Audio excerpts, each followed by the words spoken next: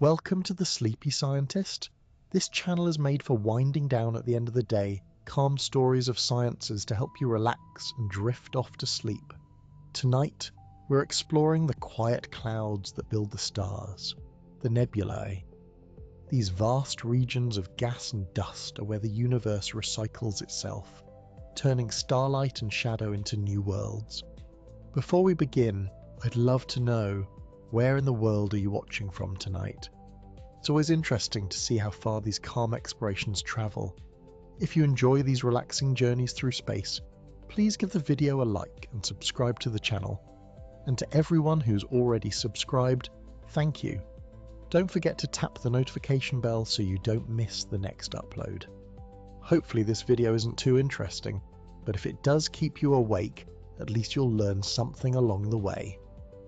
Now, let's begin. Have you ever wondered what's really inside those glowing clouds between the stars? The space between the stars isn't empty. It's filled with a quiet ocean of gas and dust, the raw material from which everything we see in the night sky is built.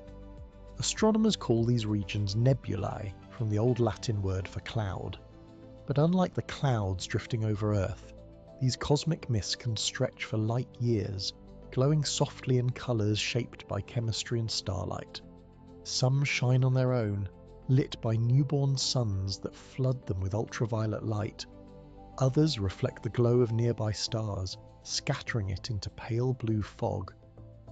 And some remain dark altogether, vast silhouettes that hide more light than they give away. Together they form the quiet architecture of the Milky Way, an invisible ecology of creation and decay. A nebula begins with atoms drifting in the deep cold, hydrogen, helium, and a trace of heavier elements. Gravity gathers them into loose threads. Time presses them closer. Within these delicate knots, temperature and pressure rise until something extraordinary happens, the first spark of fusion and the birth of a star. But nebulae aren't only cradles, they're also memorials. When stars like our Sun reach the ends of their long lives, they exhale their outer layers into space, forming glowing shells that drift outward for thousands of years. In other cases, massive stars end in explosions so powerful they shred themselves completely, seeding space with the ingredients for new worlds: oxygen, carbon, iron, and the quiet dust that will one day build planets and people. This cycle, birth, death, and renewal, is what keeps the galaxy alive, and tonight we'll drift through that cycle together, exploring how light, gravity, and time weave these luminous clouds into the story of everything. So take a deep breath and let's begin our journey through the nebulae, where the universe writes its poetry in mist. Out in the quiet reaches of space, enormous clouds drift between the stars. Astronomers call them nebulae. The word comes from Latin meaning cloud, though they're nothing like the clouds we see above Earth. They're much larger, much thinner, and far more patient. From far away they can look like soft smudges of colour, but up close they are grand structures of gas, dust and light that stretch across trillions of kilometres. Some are bright and glowing, some are dark and cold, and some are the final whispers of dying stars. At its simplest, a nebula is a region of gas and dust in space, but not all nebulae behave the same way. Astronomers sort them into families, each with its own personality. The first are emission nebulae, the showpieces of the cosmos. These are clouds that actually glow, lit up from within by the fierce radiation of young hot stars. The gas in these regions is mostly hydrogen, and when the ultraviolet light from those newborn stars strikes the gas, it strips away electrons and makes the atoms shine.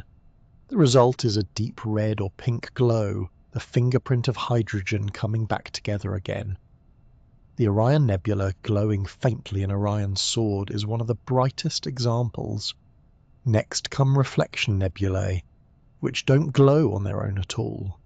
They simply borrow the light of nearby stars, scattering it into view. The fine dust inside them reflects blue light more efficiently than red, just as our sky does, so they often appear as soft, silvery blue patches in the night. They are delicate, quiet, and easily lost in the brightness of other objects. Then there are the dark nebulae, the mysterious silhouettes of the galaxy. They don't shine or reflect, they block. These are the densest, dustiest parts of the interstellar medium, thick enough to hide the stars behind them. The famous Horsehead Nebula is one of these, its shape cut out of glowing red gas like a shadow against firelight. Inside these dark coarse clouds, where the light of the universe can barely reach, gravity begins to work in secret, gathering the first seeds of new stars. But not all nebulae are about birth. Some mark the final stages of stellar life. Planetary nebulae are the glowing shrouds left behind when stars like our Sun reach the end of their long, steady existence. As these stars run out of fuel, they shed their outer layers into space, and their hot, exposed cores illuminate the gas around them. Despite the name, they have nothing to do with planets. The term dates back to the late 1700s, when early astronomers using small telescopes saw round, faint disks that reminded them of distant worlds. The name stuck, even though these objects are really the afterglow of stars, not the birthplaces of planets. Beyond those gentle shells are the most dramatic nebulae of all, supernova remnants. When a massive star runs out of nuclear fuel, it collapses and then explodes in a flash of unimaginable energy. The blast hurls the star's outer layers across space at thousands of kilometers per second, forming delicate webs and filaments that can stretch for dozens of light years. The Crab Nebula is one such remnant, the ghostly aftermath of a supernova that lit up Earth's sky in the year 1054. These remnants are cosmic recycling plants, scattering heavy elements like iron, calcium, and gold into the galaxy, the raw materials for future stars, planets, and life. Though they look thick and smoky in photographs, most nebulae are astonishingly thin. If you could scoop up a handful of nebula material, you'd find that it's emptier than the best vacuum humans can make in a laboratory. In many places, a cubic centimetre, about the size of a sugar cube, might contain only a few hundred atoms.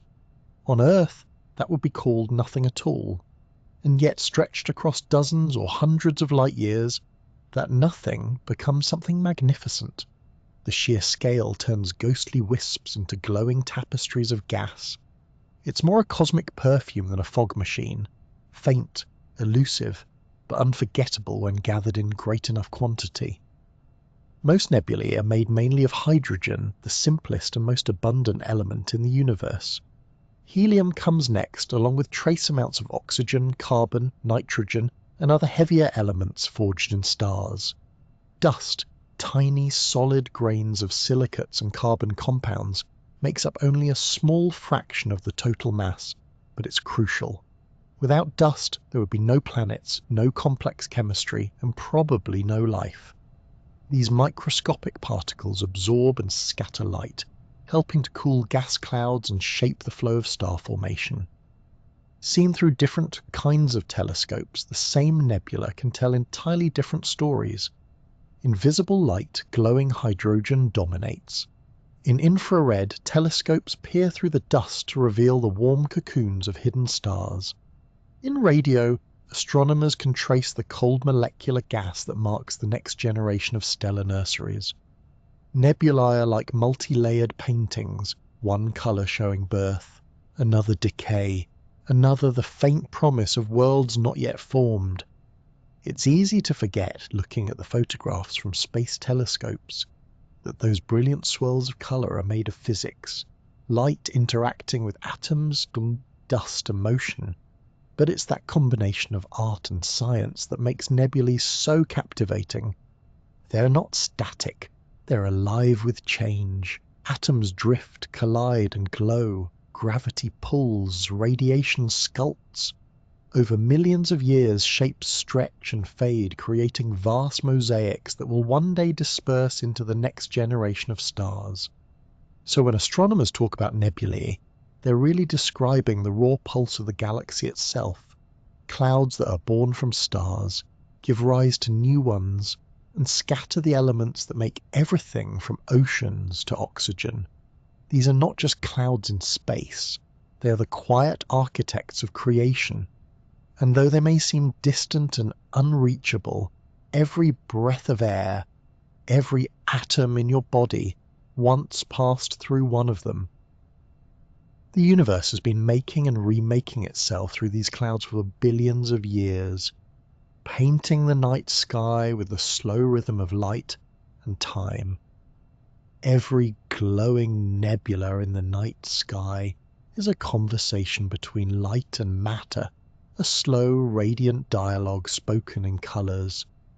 The universe may seem dark, but it is full of quiet exchanges, atoms catching starlight, releasing it again, and doing so painting the invisible air of space. To understand why these clouds glow, we have to follow the path of a single photon, a tiny particle of light, as it leaves a newborn star and meets the gas around it. When a star is young, hot and enormous, what astronomers call an O-type or B-type star, it burns with an intensity that would make our sun look pale by comparison. These stars shine mostly in ultraviolet light, invisible to the human eye, but powerful enough to shake electrons free from hydrogen atoms in the surrounding gas. This process is called ionization. It leaves behind clouds filled with charged protons and stray electrons bathed in the fierce radiation of the stars that created them. But space, even when electrified, doesn't stay chaotic for long. The freed electrons eventually find their way back to the protons, recombining to form neutral hydrogen once more. When they do, the atoms release energy as light, tiny bursts of colour, each one corresponding to a specific transition inside the atom. The most famous of these colours is the deep ruby red of hydrogen alpha light, which astronomers see at a wavelength of 656 nanometers. This glow is what gives emission nebula their warm reddish tones, the same crimson blush that threads through the Orion Nebula and the Lagoon. It's a process both violent and beautiful. Starlight strips the atoms bare, and then the atoms, in their slow return to calm, release light that fills the darkness around them. The result is a glowing cloud that seems to breathe, bright where stars are young and fading at the edges where their influence wanes. Not all nebulae glow by their own power. Some shine with borrowed light. These are the reflection nebulae, calm blue-tinged clouds that shimmer by scattering the light of nearby stars. The principle is the same reason our sky looks blue. Shorter wavelengths of light are scattered more effectively by tiny particles. This is known as Rayleigh's scattering. In the thin dust of a reflection nebula, like the one surrounding the star cluster in the Pleiades, this scattering turns the starlight into a soft azure haze. The larger dust grains inside the nebula add a touch of Mire scattering, which spreads the light more evenly, giving the nebula its characteristic pale glow. The contrast between emission and reflection nebulae is striking. One is a forge, glowing from within as atoms are energized by starlight. The other is a mirror, quiet and passive, reflecting the light that reaches it, and yet both are linked by the same physics, the way tiny particles interact with waves of energy. To an astronomer, every colour in a nebula carries a story.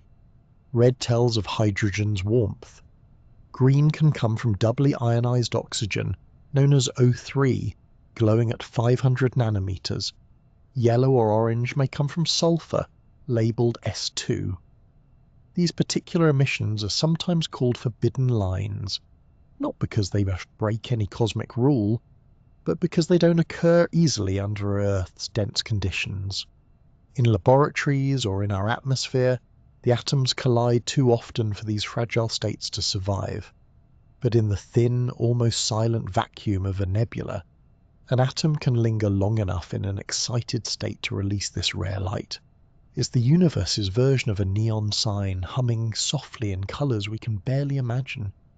Through the narrow eyes of a spectrograph, these lines become a pattern of brightness and darkness, a barcode of the cosmos. Each spike of colour corresponds to a specific element, letting scientists decode a nebula's composition and temperature. In this way, astronomers don't just see nebulae, they listen to them, like hearing a chord played on the strings of light. Hydrogen sings in red, oxygen hums in green, sulfur in deep orange.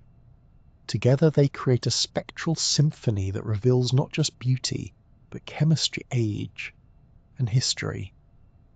Modern telescopes use filters that isolate these individual notes. By capturing hydrogen alpha light, astronomers can emphasize the glowing regions of active star formation. With oxygen or sulfur filters, they can bring out the subtle contrasts that reveal the shapes of shock waves and cavities carved by stellar winds. Combined, these filtered views create the colourful composite images that fill astronomy books, though the colours are often assigned by choice, translated from invisible wavelengths into something our eyes can appreciate. The famous hues of red, green and blue seen in images from space telescopes aren't purely artistic. They're coded maps of the physics behind the glow. What might look like an abstract painting is in fact a scientific portrait. The wisps of green might mark regions of energized oxygen, while red traces clouds dense with hydrogen. The blue fringes show where dust reflects starlight or where ultraviolet light scatters through thinner regions of gas. Each color layer adds another brushstroke to the story. You could think of the process like watercolor painting on a cosmic scale. The paper is the void of space, the pigment is the dust and gas, and the water is light itself, spreading and blending across invisible currents. Sometimes the strokes are sharp, carved by shock waves and stellar winds. Sometimes they fade gently, like diluted color bleeding into paper. Over time, gravity and radiation reshape the artwork, creating new forms while erasing the old. Even the most delicate nebula is a balance between energy and stillness. When the light from young stars fades, or when the dust grows thick enough to block it, the glow slowly dies out and the nebula returns to darkness. The atoms cool, the scattering stops, and the gas drifts quietly until another burst of starlight reignites it. In the vast rhythm of the galaxy, illumination is temporary, but never truly gone. Every time light meets matter in space, something is revealed. A photon that left a star millions of years ago might finally end its journey by striking a speck of dust, scattering towards an observer on Earth. That single encounter becomes part of the story we see through a telescope, one more thread in the luminous tapestry of the Milky Way. It's humbling to think that the faint colours of a nebula, stretched across light years of darkness, are all made from the simplest interactions. Electrons falling back into place, dust grains nudging light sideways, atoms whispering their energy into the void. Yet from that simplicity emerges some of the most breathtaking sights in the universe. When you next see a photograph of a nebula, glowing in impossible shades of red and blue, remember that those colours aren't just decoration, they are evidence. They are physics made visible. Every hue, every shimmer, every faint edge of brightness is the echo of a conversation between stars and the space around them. The mist of the universe, painted by light, is speaking quietly to anyone willing to look and listen. In the grand theatre of space, dust often plays the role of background scenery, quiet, overlooked, and faintly mysterious. Yet without it, the universe would lose much of its depth, colour, and texture. Dust is what sculpts starlight, giving form to the formless. It's the reason some nebulae glow softly, and others vanish into shadow.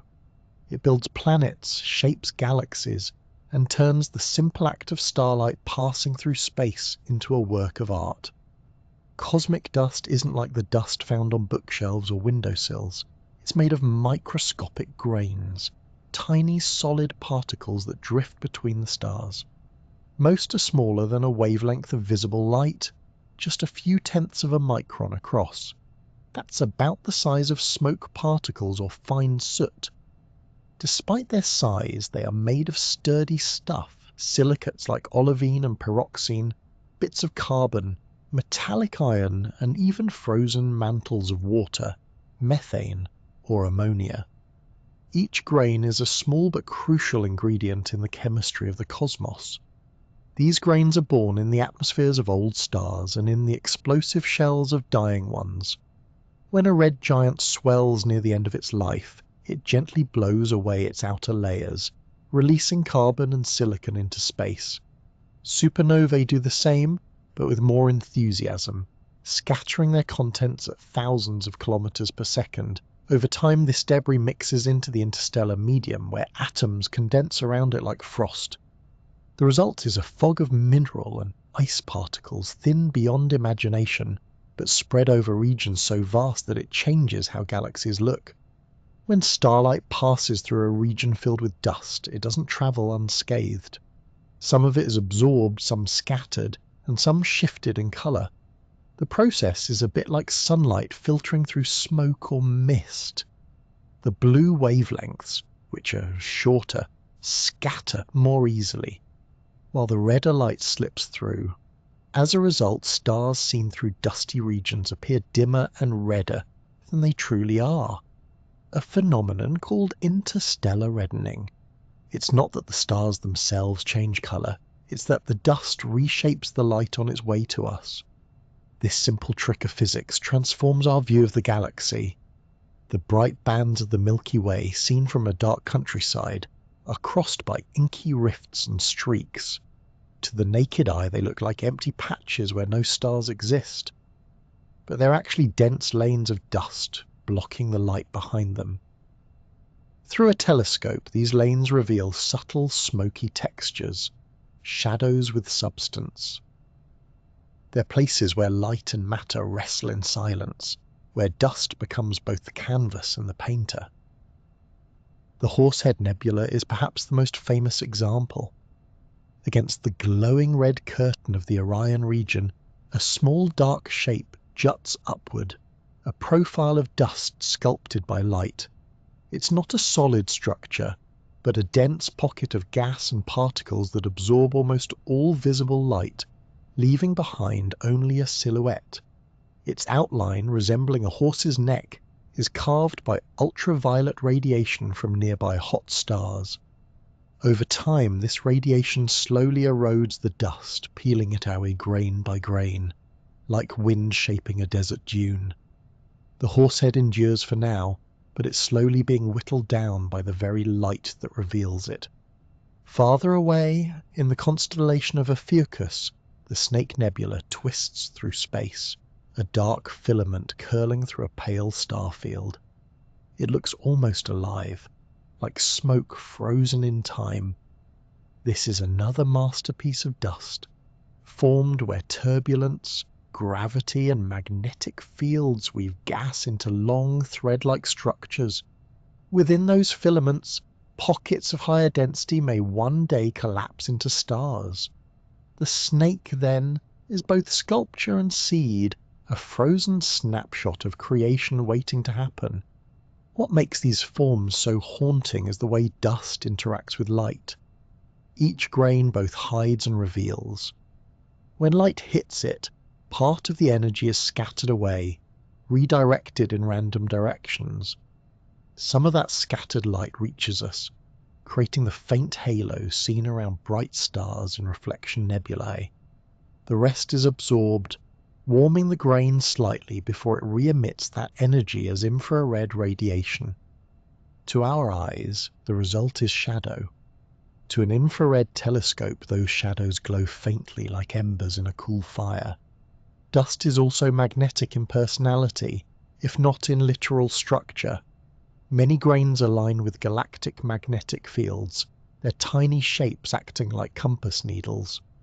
As starlight passes through, it becomes slightly polarized, meaning the light waves line up in a particular direction. By measuring that polarization, astronomers can map the invisible threads of magnetism that lace through the Milky Way. In this way, dust doesn't just block light, it carries secret information about the hidden forces that shape galaxies. Despite its reputation as an obscurer, dust is one of the most creative materials in the universe.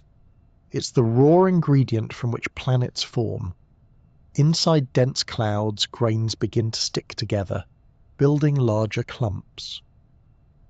Over time, those clumps grow into pebbles, then rocks, then worlds. Every solid surface, from the crust of Earth to the rings of Saturn, can trace its ancestry back to microscopic grains floating in some ancient nebula. What seems like nuisance and haze is actually the beginning of something tangible. Dust also shapes the colours of nebulae in subtle ways. In emission regions, dust absorbs some of the starlight and re-emits it in infrared, adding warmth to the glow. In reflection regions, the scattering by dust gives nebula their cool blues and silvers, and in dark nebulae, where light cannot penetrate, dust turns the cosmos into chiaroscuro, a play of shadow and radiance that artists on the whole Earth could only dream of. The balance between illumination and concealment gives the galaxy its character. Without dust, the Milky Way would look flat and sterile, a sky of uniform brightness with none of the mysterious depth we find so enchanting. Even the thinnest layer of dust can have dramatic effects. A cloud containing only a few atoms per cubic centimetre, almost pure emptiness, can dim starlight over hundreds of light years.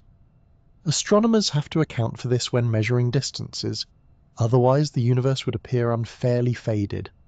It's as if someone had draped a sheer veil over the cosmos, subtle enough to overlook but strong enough to change everything we see, and yet, for all its influence, dust is fragile.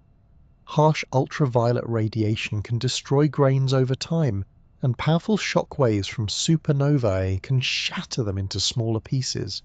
But even destruction feeds the cycle. Fragments become the seeds for new grains, which grow again in the cooler parts of space. It's a slow, endless rhythm. Dust born from Bohr's stars, reshaping light and returning to the stars once more. To the human eye, a dark nebula might look like an absence, a hole punched into the stars, but in truth, it's a quiet presence, a whisper of structure in the vastness. Those faint silhouettes are reminders that even in the emptiest corners of the galaxy, there's architecture at work.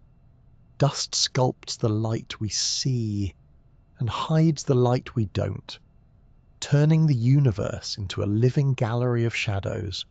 So the next time you see an image of a nebula, a crimson glow, a blue mist, or a black cutout against the stars, remember that much of its beauty comes from the tiniest things imaginable. A single grain of dust can shape the way an entire region of the galaxy looks. The cosmos is not just painted by light, it is carved by the smallest of shadows. Among all the glowing clouds in the night sky, few are as familiar or as breathtaking as the Great Orion Complex, a vast region of gas, dust and newborn stars, stretching hundreds of light years across space. It's a whole neighborhood of creation, a galactic workshop where the universe is still hard at work building suns and sculpting worlds. Even to the unaided eye, its presence can be felt. On a clear winter night, the three bright stars of Orion's belt point downward toward a faint, misty patch in the sword that hangs below. That gentle blur is the Orion Nebula, also known as M42, and it sits within one of the most active star-forming regions in the entire Milky Way. The Orion Complex isn't a single object, but an entire family of nebulae bound together. Dark clouds, bright emission regions, and expanding arcs of gas, all connected by the same thread of gravity and starlight.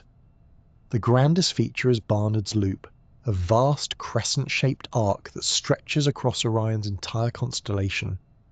It's so large that if your eyes could see its faint red glow, it would appear as a sweeping bow around the hunter's figure, spanning more than 20 full moons across the sky. This great loop is thought to be the ancient echo of a long-ago explosion, perhaps a supernova or a burst of stellar winds from massive stars that lived fast and died young. Its curved shape marks the outer edge of a giant bubble carved into the interstellar medium, and within that bubble lies the birthplace of countless new stars. Drifting inward from Barnard's Loop, the gas grows denser and brighter until we arrive at the beating heart of the complex, the Orion Nebula itself. Here, a giant molecular cloud collapses under its own gravity, forming clusters of hot, young stars that flood their surroundings with light and energy.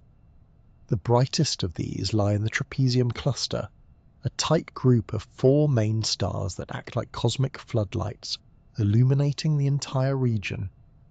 Though only a few million years old, mere infants by stellar standards, these stars are powerful enough to sculpt their environment.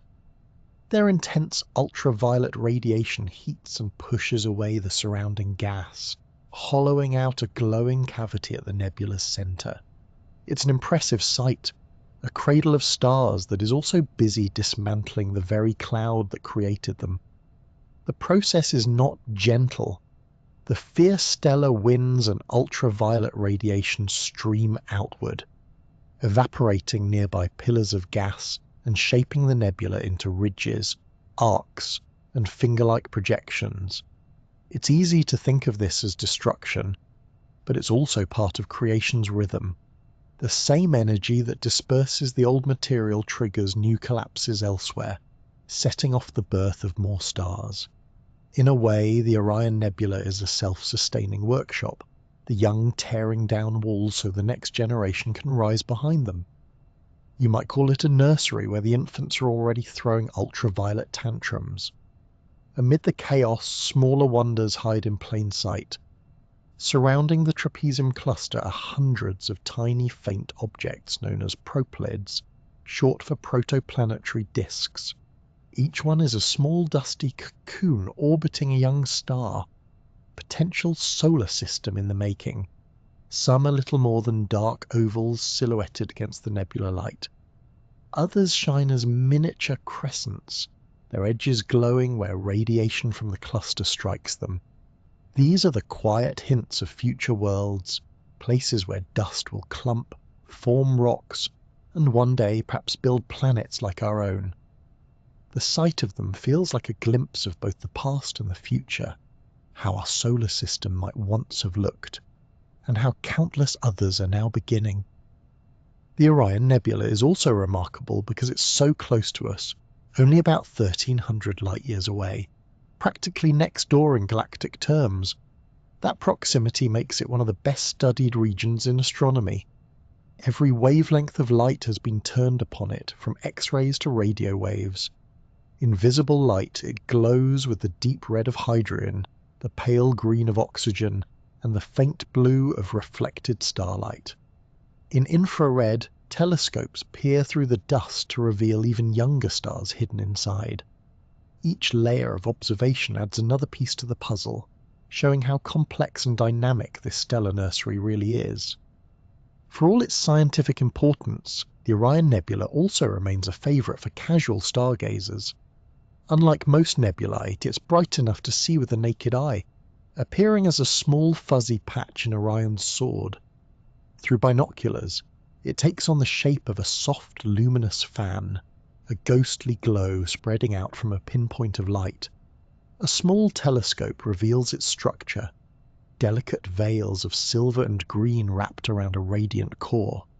It's one of those rare deep-ski objects that bridges the gap between imagination and observation. Even from the suburbs, with a bit of patience and clear air, you can see the same glowing nursery that ancient astronomers once wondered about. One of the most fascinating things about the Orion complex is how interconnected its pieces are. Barnard's Loop, the Orion Nebula, the nearby Horsehead Nebula, and the Flame Nebula. All these structures are part of a single vast molecular cloud complex, bound by shared origins and overlapping histories. The energy released by young stars in one part triggers the collapse of gas in another. Waves of motion ripple through the region, linking each pocket of creation to the next like the beats of a single heart. Even the colours we see are connected. The red from hydrogen emission, the blue from scattered starlight, and the black from dust lanes all speak the same language of transformation. For astronomers, Orion is a natural laboratory, a living demonstration of how stars and planets form. It's close enough to study in exquisite detail, yet large enough to represent the processes happening all across the galaxy. In its glowing folds, we can trace every step of the stellar life cycle. Cold molecular gas collapsing into dense knots, the ignition of new suns, and the carving of cavities that prepare the way for the next wave of stars. It's as if the entire history of stellar evolution has been condensed into one patch of sky. But there's also something deeply human about Orion. For thousands of years, people have looked up at this constellation and seen a hunter, a god, a story in the stars. They couldn't have known that behind that familiar pattern lay a cradle of cosmic life, a place where the raw materials of existence are constantly renewed. The ancient myth spoke of Orion's strength, but the nebula that bears his name tells a softer truth, that creation and destruction are inseparable, that light is born from darkness, and that even in the coldest corners of space, new beginnings are always taking shape. So the next time you step outside on a clear winter night, look up at the hunter's belt and let your gaze fall downwards to that faint misty glow. In that small patch of sky, you are seeing a piece of the universe in motion. A cosmic nursery lit by stars only a few million years old. The light reaching your eyes left before the first cities were built on Earth, crossing more than 1,000 light years just to arrive now. It carries with it the story of creation, written in starlight and dust, waiting quietly above the rooftops for anyone willing to look up. In the vast tapestry of Orion's belt, two of the most striking scenes sit almost side by side: the Horsehead Nebula and the Flame Nebula. They are close neighbours in the sky, both nestled near the bright star Alnitak, the easternmost jewel of Orion's famous trio.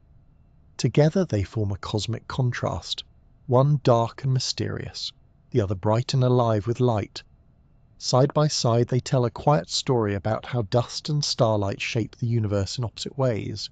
The Horsehead Nebula, officially known as Barnard 33, is one of the most iconic silhouettes in all of astronomy.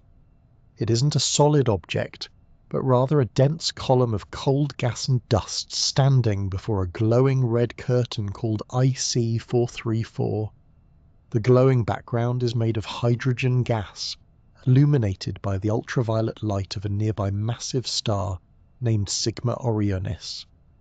Against that soft radiance, the Horsehead's profile cuts a dark, distinctive figure, the shape of a rearing horse's neck, complete with a curved mane and muzzle. The resemblance is so uncanny that it feels sculpted, though of course it's just coincidence. This is nature's quiet gift to the human imagination, a masterpiece painted by physics, yet titled by pareidolia. The blackness of the Horsehead is not absence but density. The dust within it is thick enough to block nearly all visible light. Each grain absorbs or scatters photons, making the structure appear completely opaque. The gas is cold, only a few dozen degrees above absolute zero, and inside it, gravity is slowly pulling matter together into clumps that may one day ignite as stars. The outer layers, however, are under constant assault. Ultraviolet radiation from Sigma Orionis and other nearby stars strips away the edges, heating and evaporating the gas. The border where this erosion happens glows faintly, creating a thin halo along the Horsehead's crest. It's the line between darkness and dawn, the boundary where creation and destruction meet in silence. The Horsehead is surprisingly small in appearance, only a tiny blot in the sky, barely larger than the tip of your thumb at arm's length, but in reality it's vast. The head alone is several light years tall, large enough to swallow our entire solar system many times over, yet it remains fragile, slowly thinning as radiation gnaws at its edges. In another few million years, the famous silhouette will be gone, dispersed into the wider Orion complex. But for now, it stands as one of the most beautiful examples of silhouette science, where light acts as a canvas and dust, invisible on its own, becomes the brush that paints upon it. Just a short distance away on the sky lies the Flame Nebula, catalogued as NGC 2024, glowing fiercely near Alnitak itself. At first glance, the two seem like opposites, one a dark figure cutting across light, the other a bright inferno burning through shadow. But both are shaped by the same forces: radiation, dust, and the delicate balance between energy and matter. The Flame Nebula gets its fiery appearance from a process called ionization. Ultraviolet light from Alnitak strikes the nearby hydrogen gas, exciting its atoms and causing them to emit a deep red glow. In the bright center, the gas is so energized that even atoms of oxygen and nitrogen contribute their own greenish and bluish tones, giving the entire region a layered, flickering look, like embers in a quiet fire. The darker bands that seem to slice through the flame are not voids, but lanes of cooler dust silhouetted against the glowing gas behind them. These filaments wind through the nebula, sculpted by the magnetic fields and stellar winds that flow through the region. Astronomers studying the flame in infrared light have discovered clusters of young stars hidden within it, still wrapped in their birth cocoons. Invisible light there, invisible, veiled by the dense dust, but in infrared their warmth shines through. Newborn suns cradled in a glowing cradle. The flame's beauty comes from its contrast. In long exposure images, it looks like a candle burning quietly in the void, its base dark and heavy, its edges feathered with light. Yet the physics behind that beauty is simple and constant. The gas glows because electrons are falling back into place after being stripped away by starlight. The ridges and folds form because pressure and magnetic fields sculpt the flow of gas, creating ripples that we see as texture. And the soft flicker of brightness is not movement at all, just the gentle blending of countless glowing atoms spread across dozens of light years. Astronomers often refer to regions like this as ionization fronts. They are the visible boundaries between fully illuminated gas and the darker molecular material behind it. In the flame, these fronts trace the shape of the nebula like veins of light, glowing where ultraviolet energy meets the cool calm of unlit hydrogen. They show us that light does not simply illuminate the cosmos, it reshapes it. Each bright ridge marks a frontier where starlight has changed the chemistry and temperature of space itself. When we see the Horsehead and the Flame together, we are witnessing both sides of that frontier. One shows what happens when dust stands its ground, holding the light at bay. The other shows what happens when the light wins, pushing the darkness back. Between them, they tell a story of balance, creation and erosion, concealment and revelation, stillness and energy. From a poetic distance, the Horsehead looks like a single stroke of ink, and the Flame like a splash of colour beside it. Together they could be mistaken for deliberate artistry, as though the cosmos itself practiced calligraphy. In truth, they are the result of chance and time, pressure waves, radiation, and the invisible tug of gravity working together for millions of years. Yet their beauty feels intentional, and that feeling says something about us. Humans are pattern-seeking creatures, eager to find meaning and form in the clouds, even when the clouds are hundreds of light years away. When early astronomers first photographed the Horsehead at the end of the 19th century, they were captivated not by equations but by resemblance. It was as if the universe had briefly drawn something recognizable just to remind us we're part of its story. Even now, with powerful telescopes and digital detectors, the wonder remains. Modern images show details that early astronomers could never dream of. Wisps of gas curling around the Horsehead's mane, faint stars peeking through its edges, the flames delicate filaments etched like veins of smoke. Yet despite the high resolution, the feeling is still the same. These are sights that stir curiosity and calm in equal measure, proof that science and beauty often share the same light. For anyone with a small telescope, this region of Orion offers a glimpse of that quiet magic. The Flame Nebula can be seen from a dark site as a faint patch of light near Alnitak, its glow softened by the star's brilliance. The Horsehead is far subtler, visible only under perfect conditions and usually through special filters that isolate hydrogen's red light. But knowing they are there, vast clouds sculpted by starlight, adds depth to every glance at Orion's belt. Behind those bright, familiar stars lies a world of shadows and fire, of dust against the dawn. The Horsehead and the Flame remind us that the universe isn't just a place of explosions and extremes. It's also an artist of quiet contrasts. In one small corner of the sky, light and darkness meet, dance, and define each other. The glowing gas and the ink-black dust don't compete, they complete the picture. And in that balance we can see not only how stars are born, but how beauty itself can arise from physics, written gently in the language of light. There are few sights in the universe as instantly recognizable, or as quietly awe-inspiring, as the towering shapes of the Eagle Nebula, catalogued as M16. Rising like ancient stone monuments, these structures are known as the Pillars of Creation, a name that manages to be both poetic and accurate. They are colossal columns of gas and dust, each one several light-years tall, standing in the middle of a bright star-forming region. Within them, new stars are being born even as the surrounding light tries to tear them apart. At first glance, the scene seems serene. Great pillars floating in a golden haze, surrounded by the newborn stars. But behind that calm appearance is a storm of energy.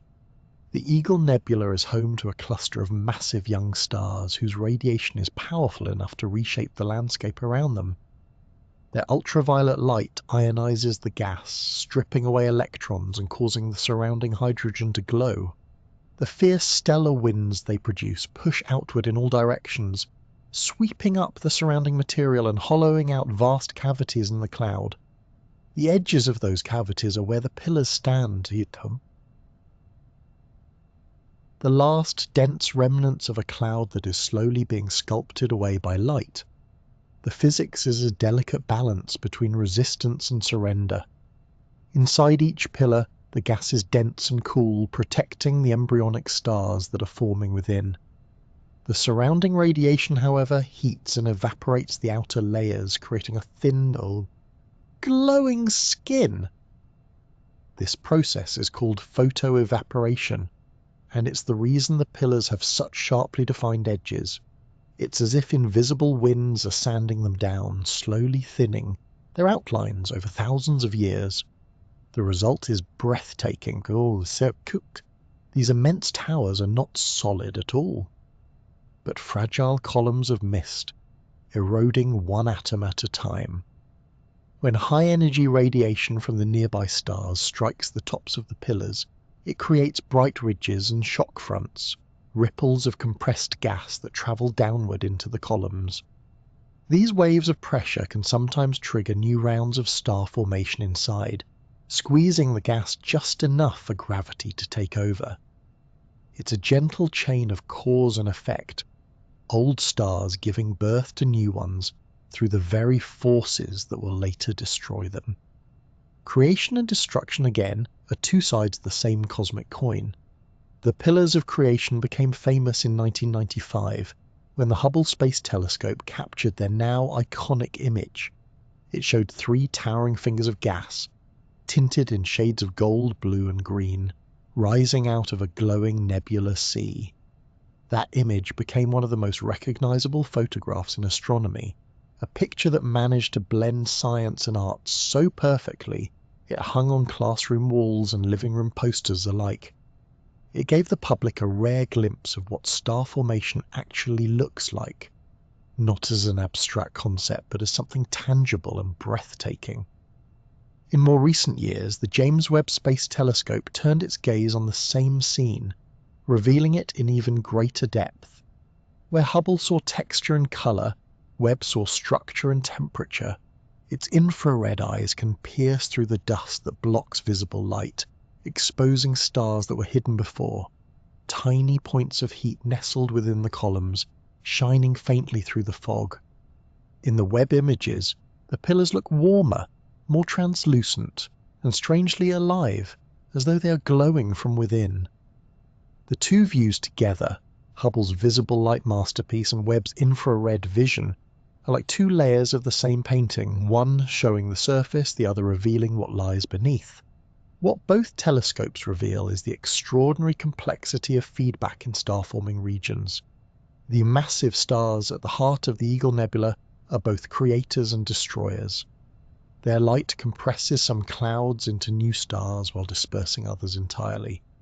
The glowing cavity around the pillars is filled with gas heated to thousands of degrees, expanding outward like a slow-motion explosion. The edges of that cavity are the sculpted walls we see, the living boundary between what was and what is becoming. To our eyes, these processes are frozen in time, but in reality they unfold across vast timescales. A single pillar might persist for a few 100,000 years before being eroded completely. To the universe, that's a fleeting moment. Yet even in their brief existence, these structures manage to leave a legacy. The stars born within them will live for billions of years, long after the pillars themselves have vanished. It's a quiet lesson in cosmic patience. Everything in the universe is temporary, but even temporary things can create something lasting. Astronomers believe that the Eagle Nebula lies roughly 7,000 light-years away, near the constellation Serpens. The central cluster of young stars, known as NGC 6611, is only a few million years old. To put that in perspective, if the galaxy were a calendar year old, this region would have formed within the last few seconds before midnight. And yet, in those few cosmic seconds, it has already produced hundreds of new stars, each with the potential to form its own planetary system. The pillars themselves are only one part of a much larger complex, stretching across dozens of light-years. Beyond them are other sculpted shapes, arches, knots and globules, all created by the same interplay of radiation and gravity. Each shape marks a moment in the evolution of the cloud. Some are being born, others are fading, and a few have already collapsed into clusters of stars. Together, they form a landscape that is both familiar and alien, like clouds seen through a slow, dreamlike time-lapse. From an artistic perspective, the pillars of creation are irresistible. They look solid enough to climb, yet they are made of near nothing. Gas so thin that a cubic meter contains fewer particles than the best vacuum on Earth. And still that near-nothingness is capable of extraordinary things. Within its cold interior, tiny pockets of density collect into spheres, heating as they collapse until, one day, they ignite. The universe takes something invisible and makes it shine. If you could watch the Eagle Nebula over millions of years, it would appear to breathe. New stars would flicker on, sending waves of radiation through the cloud.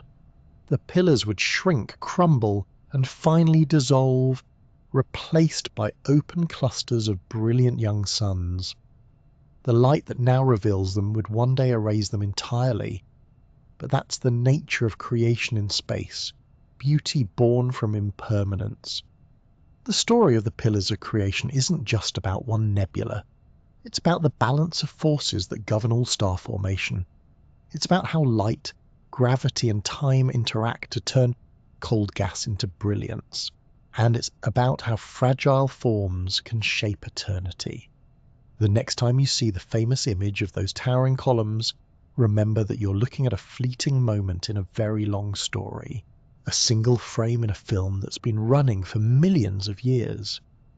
The Eagle Nebula reminds us that even in the calmest corners of the sky, entire worlds are being made. Behind every glowing cloud is the quiet struggle between light and darkness, between creation and dissolution. And in the midst of that struggle, beauty emerges, soft, luminous, and patient beyond imagination. In the southern sky, beneath the bright sprawl of the Milky Way, lies one of the grandest and most chaotic star-forming regions ever observed, the Carina Nebula, catalogued as NGC 3372.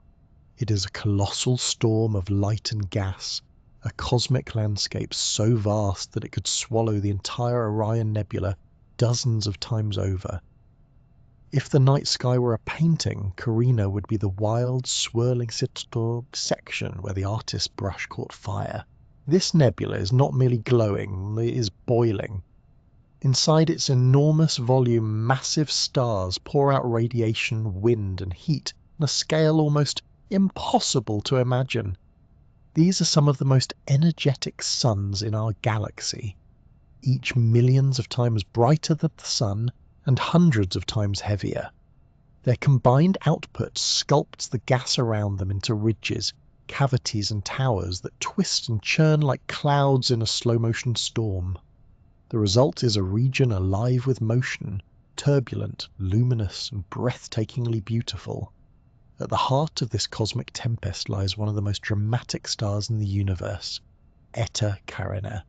It's a name whispered with both awe and caution in astronomical circles, a reminder of how powerful and unpredictable stars can be.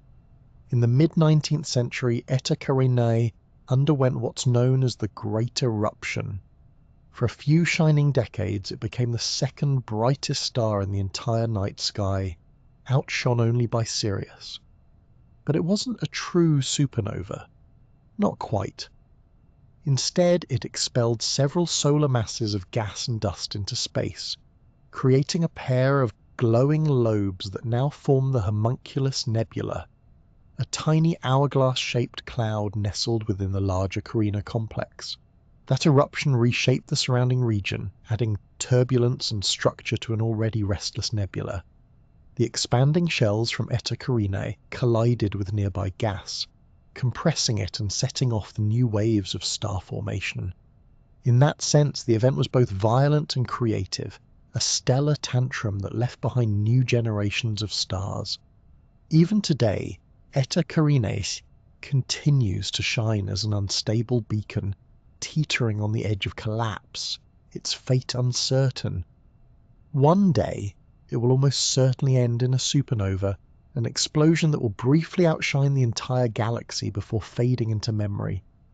But the Carina Nebula is far more than the story of one star.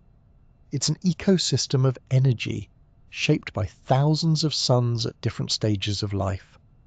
The radiation pouring out from these stars creates enormous bipolar flows, jets and outbursts that sweep through the nebula, colliding and merging like ocean currents. Where these flows meet, shock fronts form, lighting up the gas in intricate filaments. The ridges and arcs that result look almost sculpted, each one marking a place where pressure, gravity, and magnetism reached a temporary truce. If we could see the Carina Nebula in motion, it would resemble weather, but not the kind we know on Earth. There are no winds in the human sense, only the push of radiation and plasma moving through the interstellar medium. Yet the result is eerily similar. Clouds twisting into spirals, fronts of energy sweeping through space, calm pockets forming in the eye of the storm. Astronomers sometimes describe it as turbulent feedback, but the phrase hardly captures the grandeur of it, the way entire regions of gas ripple and shimmer under the breath of nearby stars. The Carina Nebula's beauty lies in its contradictions. It is both luminous and shadowed, violent yet graceful. The same energy that creates its breathtaking glow also threatens to unmake it. The ultraviolet radiation from the most massive stars, particularly the O-type giants, ionizes the surrounding hydrogen, creating great glowing walls of red and pink. At the same time, those same photons erode the very clouds that feed star formation, chipping away at the nebula's edges and sending tendrils of gas streaming outward into space. Creation and destruction exist side by side here, entwined so closely they can't be separated. Running through this vast chaos are magnetic fields, invisible but vital. They act like unseen threads, shaping how gas and dust move. Where the magnetic lines twist, the gas follows, creating long, braided filaments that stretch for light years. These structures are not random. They are the fingerprints of order within turbulence, the subtle choreography of forces working in balance. Without magnetism, the Carina Nebula would be a shapeless fog. With it, we see structure, patterns that hint at a kind of cosmic design. One of the most fascinating aspects of Carina is the scale of its energy budget. The combined luminosity of its central stars produces enough radiation to ionize gas over hundreds of light years. The stellar winds alone, streams of charged particles moving at thousands of kilometers per second, exert enormous pressure, capable of clearing entire cavities of gas. These winds sweep up material into shells and bubbles, compressing it at the edges where new stars can form. The process repeats endlessly, creating layers of birth and decay stacked upon each other like geological strata. To human eyes, the Carina Nebula appears as a rich swirl of golds and reds when captured through space telescopes. The colours come from different elements glowing in response to the flood of radiation: hydrogen in crimson, oxygen in teal, sulfur in orange. Between these glowing curtains lie darker pockets of dust, where gravity still holds sway and light can't yet penetrate. These are the quiet corners of the storm, the wombs of future stars. The contrast is breathtaking. Brilliance beside shadow, chaos beside calm. It's tempting to think of Carina as a kind of celestial symphony, an orchestra conducted by radiation and time. Each instrument plays its part, stars pulsing in light, gas clouds humming in emission lines, shock waves drumming across the void. Yet even in its loudest moments, the overall impression is one of balance. The violence is softened by scale, stretched out over millions of years. To us, frozen in a single instant of that great time span, it feels peaceful, almost meditative. The Carina Nebula also offers a glimpse of what our own region of space might once have looked like. Billions of years ago, the Sun was born in a similar cloud, surrounded by sibling stars and bathed in ultraviolet light. The processes shaping Carina today, the compression of gas, the carving of cavities, the gentle collapse of dense cores, are the same processes that once built the solar system. Looking into Carina's glowing depths is, in a way, looking back into our own beginnings. Astronomers have often described Carina as Orion on steroids, but that phrase undersells its grandeur. The entire region is alive with extremes, from the tiny knots of star formation buried deep within its ridges to the colossal arcs that stretch across hundreds of light years. It's not just a nebula, it's a galactic weather system, driven by the push and pull of energy on a scale that dwarfs imagination. And yet, despite all that power, the view remains calming. The nebula's luminous waves and soft folds evoke the same stillness that ocean waves do when seen from far above. Even its explosions seem to happen in slow motion, stretched across epochs too vast for urgency. It's the universe's way of reminding us that creation doesn't have to be hurried, and that even storms can be beautiful when watched from the right distance. One day the Carina Nebula will fade. Its gas will disperse, its massive stars will explode, and its light will dim. But for now, it stands as a living portrait of cosmic weather. Bright ridges flickering like lightning frozen in time, magnetic currents swirling like invisible wind, and the faint promise of new stars forming quietly within. It is a storm that sings softly, a tempest wrapped in serenity, proof that even the most violent forces in the universe can move with grace. In the direction of the constellation Sagittarius, where the Milky Way arches brightest across the summer sky, two of the most enchanting nebulae sit side by side, the Lagoon Nebula, also known as M8, and the Trifid Nebula, known as M20. They share the same stellar neighbourhood and even seem to overlap from our viewpoint, but they are distinct in character, two clouds painted on the same canvas, each glowing in its own style.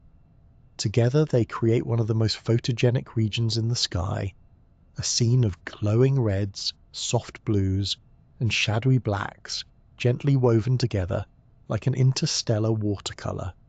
The Lagoon Nebula is the larger of the two, sprawling across a region more than 100 light-years wide and glowing with the unmistakable crimson hue of hydrogen.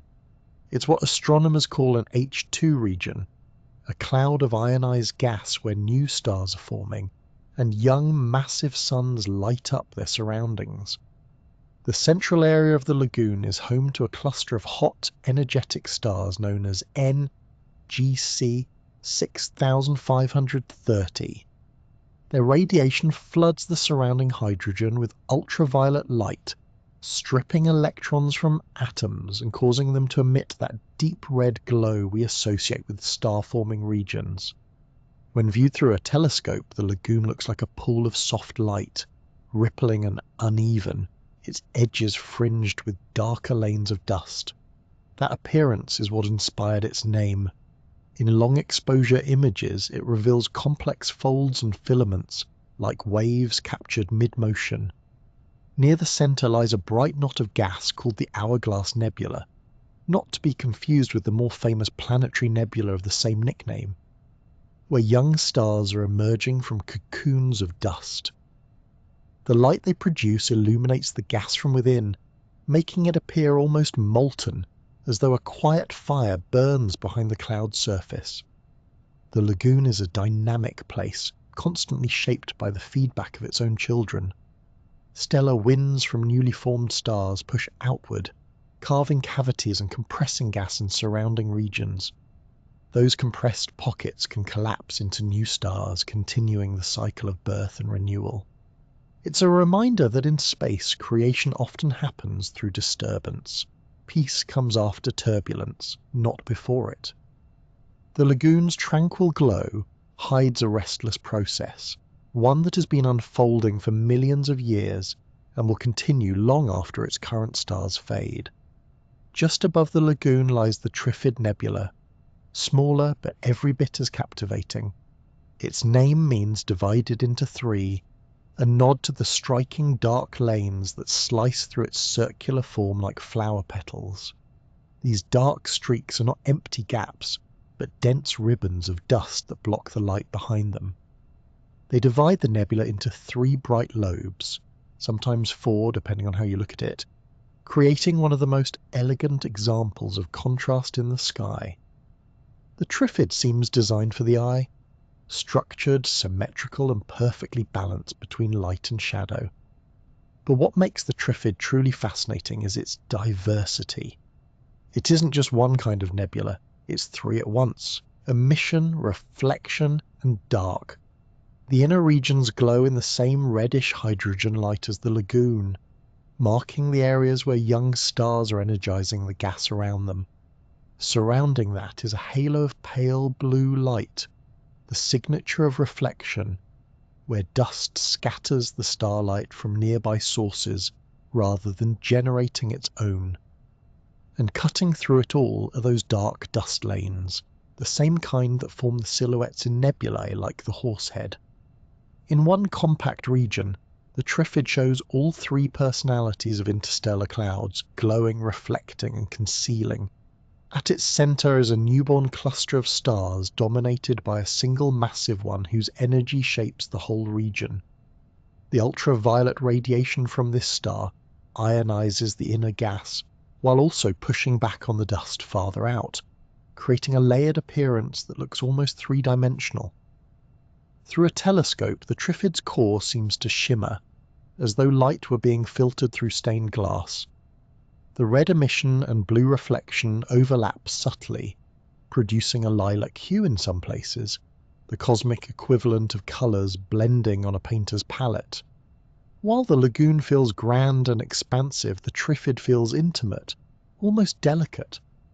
Together they form a perfect visual duet. The lagoon's wide red glow provides the warmth, while the Trifid's cool blues and intricate shadows add contrast and texture. The two nebulae are actually separated by several thousand light years, but from Earth they appear close enough to fit in the same wide-field view. It's a fortunate alignment, one that allows us to see in a single glance nearly every way that light and dust can interact in space. This meeting of hues, warm red, cool blue and velvet black, is more than an aesthetic coincidence. It's the product of the physics that governs the interstellar medium. Hydrogen, the universe's simplest element, produces the red. Dust particles, acting as cosmic mirrors, scatter the blue, and the densest clumps of gas absorb everything, leaving black. Each colour is the visual echo of an atomic process, and together they form one of nature's most elegant compositions. The lagoon and Trifid nebulae are also wonderful reminders that the night sky isn't static. These regions evolve over time, just at a pace too slow for us to witness directly. In a few million years, the massive stars in the lagoon will explode as supernovae, sending shock waves through the surrounding gas. Those blasts will compress and heat the Trifid's outskirts, perhaps sparking new rounds of star formation. Eventually, both clouds will thin and disperse, leaving behind clusters of bright young stars that drift apart through the galaxy. What we see tonight is only a single frame in that long story. The moment when light, dust and gravity are perfectly balanced. For observers on Earth, the two nebulae are accessible treasures. The lagoon is visible even through binoculars under dark skies, a faint glowing patch nestled in the Milky Way's crowded heart. The Trifid is fainter, but with a small telescope its trilobed pattern becomes clear, the dust lanes cutting elegantly through the glow. To know that each patch of light represents a region hundreds of trillions of kilometers across is both humbling and comforting. The sky above us may seem distant, but it's filled with the same physics that shapes everything around us, the same elements that make up our air, our water, and our bodies. In the lagoon and Trifid nebulae, we see the universe's palette at work, clouds painted not with pigments, but with energy and time. They remind us that beauty in space is not an accident, but a consequence of laws playing out on grand scales. Where dust and light meet, colour blooms. Where darkness intrudes, shape is born. It's a gentle lesson written in starlight, that contrast creates meaning, and that even in the endless expanse of the cosmos, balance can still be found. Some nebulae seem to prefer order over chaos, great geometric shapes carved into the fabric of space. Among them are two that feel like opposites made to share a page: the Rosette Nebula, a near-perfect cosmic ring, and the California Nebula, a long glowing ribbon stretched like light itself. One is circular and blooming, the other narrow and flowing. If the galaxy were a bakery, they'd be a cosmic donut and a very long baguette, both baked in starlight. The Rosette Nebula, catalogued as NGC 2237 through 2239, lies about 5,000 light-years away in the constellation Monoceros, the Unicorn. It's a spectacular flower of hydrogen gas roughly 100 light-years wide, glowing in deep red and pink hues. At its centre sits a young star cluster known as NGC 2244, whose bright hot stars provide the energy that lights up the surrounding petals. These massive stars are only a few million years old, but their fierce radiation and stellar winds have already reshaped their birthplace. As the cluster formed, it began to clear the gas and dust from its centre. The combined effect of the star's ultraviolet light and the outflow of particles from their surfaces pushed the surrounding material outward, carving an enormous hollow in the middle of the cloud. The glowing ring that remains, the rosette, is what astronomers call an H2 region, a shell of ionized hydrogen gas lit by the very stars that created it. The symmetry is so striking that it's easy to imagine it as intentional, though it's purely the result of physics, light and motion finding balance in 3 dimensions. Inside the ring, the gas density is much lower, leaving a clear view into the central cluster. The stars there continue to influence the shape of the nebula, their radiation driving a slow wind outward in all directions. Over time, that flow creates a phenomenon known as a champagne flow. It's an apt name. Imagine the nebula as a bottle of bubbly, its interior filled with hot, ionized gas under gentle pressure. When that gas finds an opening, a region where the density drops, or a cavity connects to the wider interstellar medium, it flows outward in a smooth, expanding stream, like champagne escaping from the neck of a bottle. This process helps to disperse the nebula over time, gradually blending it into the surrounding space. The Rosette Nebula, then, is a snapshot of a transitional stage, a cloud halfway between dense molecular chaos and the clear calm of open space. Eventually, its gas will fade and its stars will drift apart, leaving behind only the faintest trace of what once was a brilliant bloom. But for now, it remains one of the most beautiful examples of feedback in action, stars shaping the very clouds that gave them life. The rosette is also a reminder that the forces driving star formation aren't explosive in the usual sense. They are steady, persistent, and graceful. The radiation pressure from a star cluster can take millions of years to push the surrounding gas into a shell, but when it does, the result is remarkably uniform. Astronomers studying the rosette often describe it as a laboratory of equilibrium, where the push of light and the pull of gravity find a temporary truce. Its edges glow with hydrogen alpha light, tracing the delicate boundary between the ionized interior and the colder molecular gas outside. And then there's its quieter neighbour on the cosmic stage, the California Nebula, or NGC 1499, found in the constellation Perseus. This nebula earns its name from its unmistakable shape. When photographed, it resembles the outline of the state of California. Unlike the rosette, which glows from the combined energy of many stars, the California Nebula owes its light almost entirely to one, the bright blue-white supergiant G Persei, also known as Menkib. G Persei is a hot O-type star radiating intense ultraviolet light that ionizes the hydrogen in the surrounding cloud. The result is a long, gently glowing filament of gas nearly 100 light-years in length. The nebula's reddish color comes from hydrogen alpha emission, while subtle hints of blue and violet trace areas where the light from G Persei scatters off dust grains. It's a perfect example of how a single star can act as both artist and architect, shaping a vast region of space all on its own. Unlike the rosette's symmetrical ring, the California Nebula is elongated and diffuse, with soft gradients and faint textures that fade seamlessly into the darkness around it. It's not as sharply defined, but that's part of its charm. Where the rosette is a dramatic display of structure, the California is gentle, a slow exhalation of light that stretches across space like a beam caught in fog. In its calm simplicity, it shows how small differences in geometry and environment can lead to completely different cosmic personalities. The California Nebula also offers a glimpse into the chemistry of space. Within its gas, ultraviolet light from G Persei drives photochemical reactions, breaking apart molecules and creating new compounds. This process alters the balance of carbon and oxygen species in the region, shaping how dust grains form and evolve. It's a quiet kind of alchemy, happening not in furnaces or laboratories, but in the cold between the stars.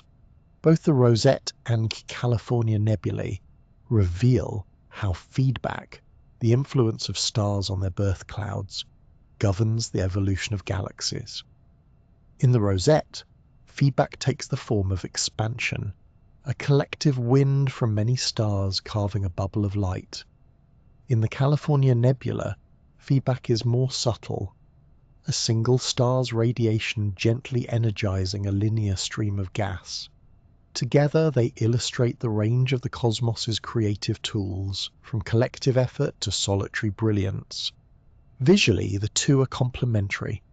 The Rosette's circular symmetry feels almost architectural, while the California nebula's elongated shape feels natural and free-flowing. One draws the eye inward, the other outward. If the Rosette is a closed system, a self-contained bloom, the California is an open road stretching endlessly along the galactic plane. It's the difference between a cathedral and a river, both awe-inspiring but in very different ways. For observers, both nebulae are rewarding targets. The Rosette can be glimpsed even through binoculars under dark skies, appearing as a faint patch with a star cluster in the middle. Through a telescope with a hydrogen alpha filter, the circular glow and faint filigree become visible, like frost forming on glass. The California nebula, by contrast, is best appreciated in wide-field photographs. Its faint light spread too broadly to be captured in small instruments. Long exposures reveal its delicate texture and smooth gradients, the subtle interplay between light and shadow across its 100 light-year expanse. What makes these two nebulae especially poetic is the way they demonstrate the quiet persistence of light. Neither is a violent explosion or a dramatic outburst. Both are sustained glows, the product of steady radiation working over unimaginable timescales. The Rosette's expanding bubble and the California's flowing beam are part of the same continuum of creation, showing how stars continually reshape their environments, sometimes loudly, sometimes softly. And so, across thousands of light years, the cosmic donut and the very long baguette continue their slow dance. One curves inward, embracing its stars in a glowing ring. The other stretches outward, following the pull of a single beacon. They are both reminders that the universe, for all its complexity, often works in simple patterns: pressure, radiation, motion, repeated endlessly in different forms. From the elegant ring of the Rosette to the gentle beam of the California nebula, space reveals its artistry not through haste or noise, but through patience. It takes its time to bake its masterpieces, one glowing shape at a time. Not all beauty in the cosmos comes from light. Some of it lives in shadow, in the places where starlight is silenced by dust, and the sky seems to fold inward on itself. These are the dark nebulae, the quiet counterpoints to the bright clouds that fill astronomy books. At first glance, they look like empty patches, as though someone had smudged out the stars with a thumbprint. But the darkness isn't absence. It's the opposite. It's the presence of matter, thick, cold, and full of potential. A dark nebula is a cloud of gas and dust so dense that it blocks the light of the stars behind it. If a glowing nebula is a lantern, a dark one is the lampshade, revealing shape through what it hides. The dust grains inside these clouds are efficient absorbers of visible light, particularly blue and ultraviolet wavelengths. That's why the stars behind them appear dimmer and redder, and why the darkest regions seem utterly black. They aren't holes in the sky, they're silhouettes, marking where the universe is quietly storing its raw materials for future stars. The best known of these silhouettes in the southern hemisphere is the Coalsack Nebula, a dark patch near the bright pattern of the Southern Cross. To the unaided eye, it's striking, a gaping void cutting into the Milky Way's glowing band. For centuries, it's been part of the night sky's mythology. To indigenous peoples of Australia, the Coalsack isn't emptiness but a shape, the head of the emu in the sky. a great celestial bird whose body is formed by other dark clouds trailing along the Milky Way. In their stories, the emu's seasonal position in the sky marks times for hunting and gathering, making the coal sack not just a visual landmark, but a calendar written in shadow. Early European astronomers, seeing the same feature, described it simply as a black nebula, a curious term that captures the contradiction perfectly. How could something invisible still be something? But with better telescopes and infrared detectors, astronomers came to understand that the coal sack is far from empty. It's a cold molecular cloud roughly 600 light-years away, stretching across about 70 light-years of space. Inside, the temperature hovers just a few degrees above absolute zero, and the density is high enough for molecules like carbon monoxide and ammonia to form. These are the first steps towards star formation, the earliest whisper of light to be. The coal sack's edges glow faintly in infrared images, where hidden stars warm the dust just enough to make it shine. Deeper inside, however, everything is dark and still. The gas is shielded from external radiation, allowing gravity to work undisturbed. Over millions of years, small pockets within the cloud will collapse under their own weight, forming dense cores. Within those cores, temperature and pressure rise until nuclear fusion ignites, the first flicker of a new star. From afar, that process looks like creation from nothing, but in truth it's creation from darkness.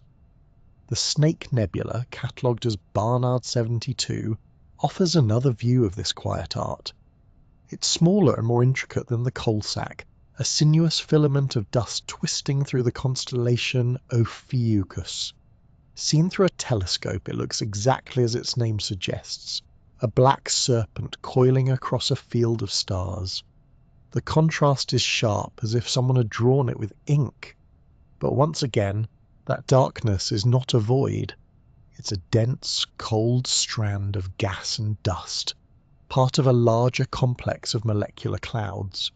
In the snake, the dust is arranged in a thin filament, perhaps sculpted by magnetic fields and turbulence. These filaments are the arteries of star formation, narrow channels that feed material into denser knots where stars will eventually emerge. The entire structure is delicate, just a few light-years wide but long enough to thread across the sky. Infrared observations reveal young protostars embedded within it, invisible in visible light but glowing faintly in the far infrared. They are the eyes of the serpent, faint embryonic stars quietly stirring inside their dusty cocoons. What makes dark nebulae like the snake so intriguing is how much they hide. In visible light, they are opaque. In radio and infrared wavelengths, they come alive. Radio telescopes can detect the faint emissions from molecules such as carbon monoxide, tracing the cold gas flows inside. Infrared telescopes like Spitzer and the James Webb reveal the faint warmth of dust grains, mapping out the internal structure. From these observations, astronomers can reconstruct the architecture of these clouds, their filaments, knots and cores, learning how turbulence, gravity and magnetic fields work together to build stars. Inside these molecular clouds, conditions are extreme but gentle. Frigid temperatures, low pressures and slow motion. A typical particle drifts only a few hundred meters per second, walking pace on a cosmic scale. Collisions between atoms are rare, and yet over vast timescales they add up.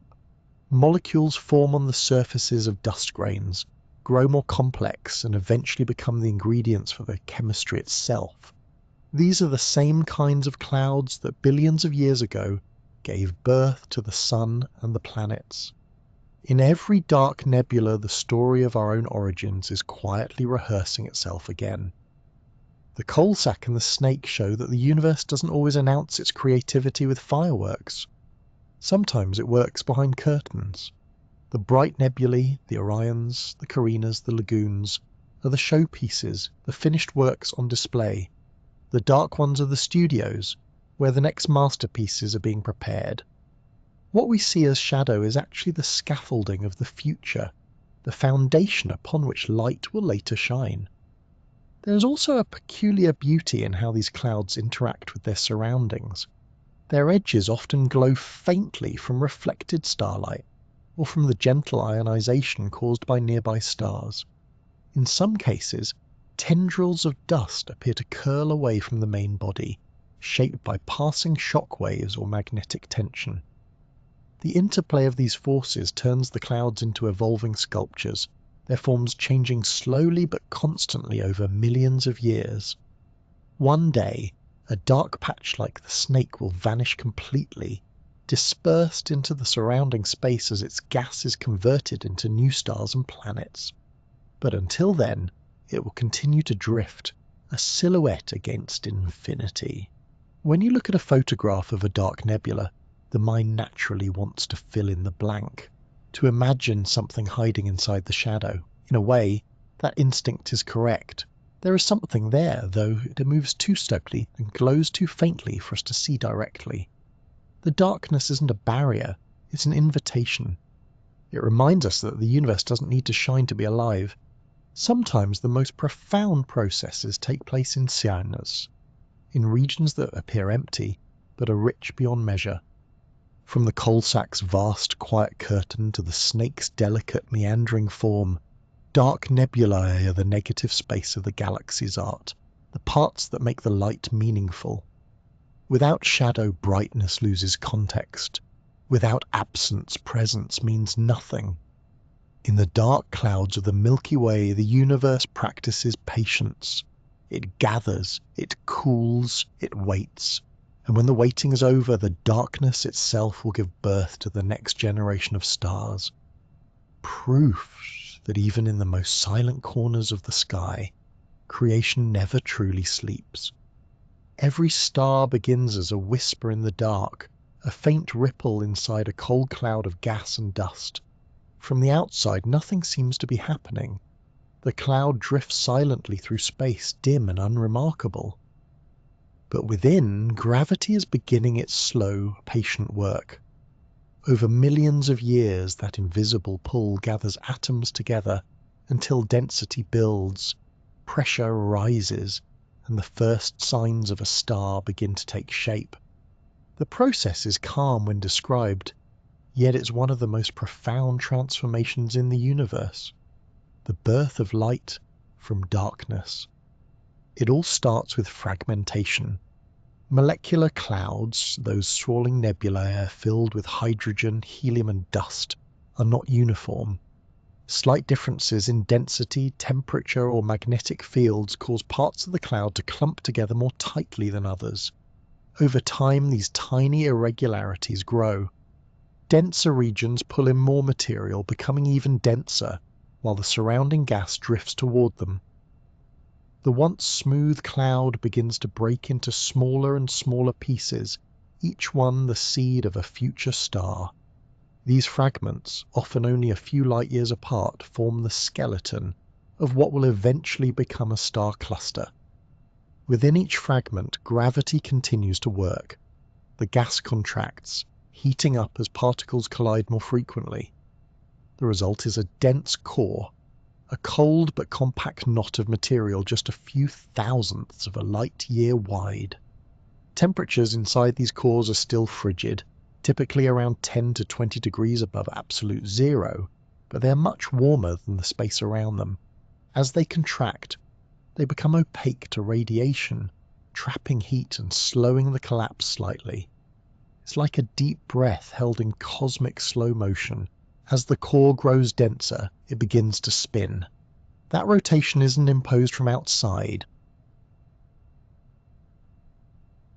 It's a natural consequence of angular momentum.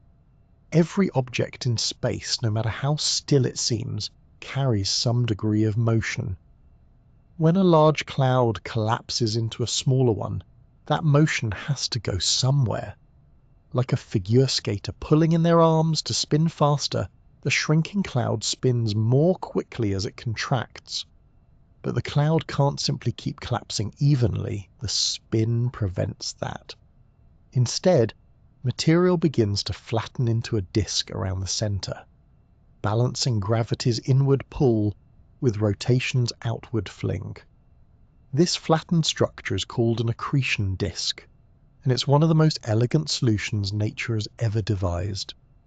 The disk acts as both a funnel and a stabilizer, feeding gas into the forming star while preventing the whole system from tearing itself apart. In the middle, a tiny hot object begins to emerge, the protostar. At first, it's hidden entirely from view, wrapped in layers of dust. As it grows, it draws in matter from the disk, each parcel of gas falling inward and releasing energy as it hits the surface. That energy heats the core until it glows faintly in infrared light, still invisible to human eyes but radiant in the right wavelengths. The process is incredibly slow. It can take hundreds of thousands of years for a protostar to gather enough material to ignite nuclear fusion, the process that will eventually define it as a true star. During that time, it continues to pull gas from its surroundings, feeding off the disk that orbits it. This phase is one of balance and tension, gravity pulling inward, pressure pushing outward, rotation keeping everything in motion. It's a delicate dance, and for many young stars it doesn't end quietly. As the protostar grows, it begins to generate jets and bipolar outflows, narrow streams of gas that shoot out from its poles at high speed. These jets can stretch for light years, glowing faintly as they slam into the surrounding material. They act as pressure valves, releasing excess, angular momentum and heat that build up in the disk. Without them, the forming star might collapse too quickly or spin itself apart. To an observer from afar, the scene would be beautiful. A newborn star flinging beams of light and matter into the darkness, carving symmetrical patterns into the nebula around it. It's as if the star is exhaling after a long, deep breath. These outflows also play a role in shaping the larger cloud. They stir the surrounding gas, compressing some areas and clearing others, setting off new waves of collapse. In this way, the birth of one star can trigger the formation of others nearby, a chain reaction that turns a quiet region of space into a busy nursery. The resulting cluster of stars will share a common origin, all born from the same parent cloud, and for millions of years they'll drift through space together like siblings. Meanwhile, inside the forming star, temperatures continue to climb. When the core reaches about 10 million degrees, something extraordinary happens.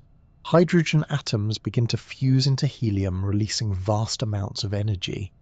This marks the moment the protostar becomes a true star. The energy from fusion pushes outward, balancing gravity's inward pull. The collapse stops, and a steady equilibrium forms. The star stabilizes, no longer shrinking, no longer growing, just burning quietly in its newborn radiance. At this point, the surrounding disk begins to thin. Most of the gas either falls into the star or is blown away by stellar winds. What remains, the heavier dust grains, starts to collide and stick together, forming clumps that grow into pebbles, rocks, and eventually planets. The same process that gave birth to the Sun and Earth is now unfolding in countless young systems across the galaxy. Every twinkle in the night sky represents a success story.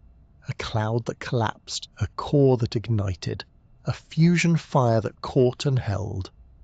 The entire journey from cold cloud to shining star takes millions of years. To human eyes, that's an eternity. To the galaxy, it's the blink of an eye. Some stars form quickly, massive and short-lived. Others take their time, destined to burn steadily for billions of years. The path they follow depends on mass, temperature, and environment, but the steps are always the same. Gravity gathers, heat builds, fusion begins, and a new light joins the sky. What's remarkable is how each new generation of stars inherits the story of its nebula. The gas and dust that form a star contain traces of everything that came before. The ashes of supernovae, the carbon from red giants, the silicates from earlier systems. Every element heavier than helium was forged in a star that lived and died long ago. When a molecular cloud collapses, it's recycling that ancient material, folding it into something new. In that sense, every newborn star is both the end of one story and the beginning of another. Inside those dark nebulae, where light cannot yet escape, this process is happening continuously. Invisible hands of gravity are sculpting the future night sky. Some of those stars will shine brightly for a few million years before exploding. Others will live quietly for billions, perhaps long enough for life to form on worlds orbiting them. Each one begins the same way, as a soft pulse of density in the deep cold, gathering strength until the first flame of fusion flickers to life. There's a quiet poetry to it all. The universe doesn't rush its work. It builds stars the way wind shapes dunes, slowly, patiently, one particle at a time. And in the end, what emerges is both inevitable and miraculous. A tiny sun glowing against the dark, carrying within it the memory of the cloud that once hid it. Stars, like people, have a way of exhaling at the end of their lives. After spending billions of years quietly fusing hydrogen into helium, a star like our sun eventually runs out of fuel in its core. With nothing left to counteract gravity, the core contracts and heats up, while the outer layers expand outward into a red giant, swollen, cool and luminous. This is the moment when a star begins to shed its skin. Layer after layer drifts away into space, forming delicate shells of gas.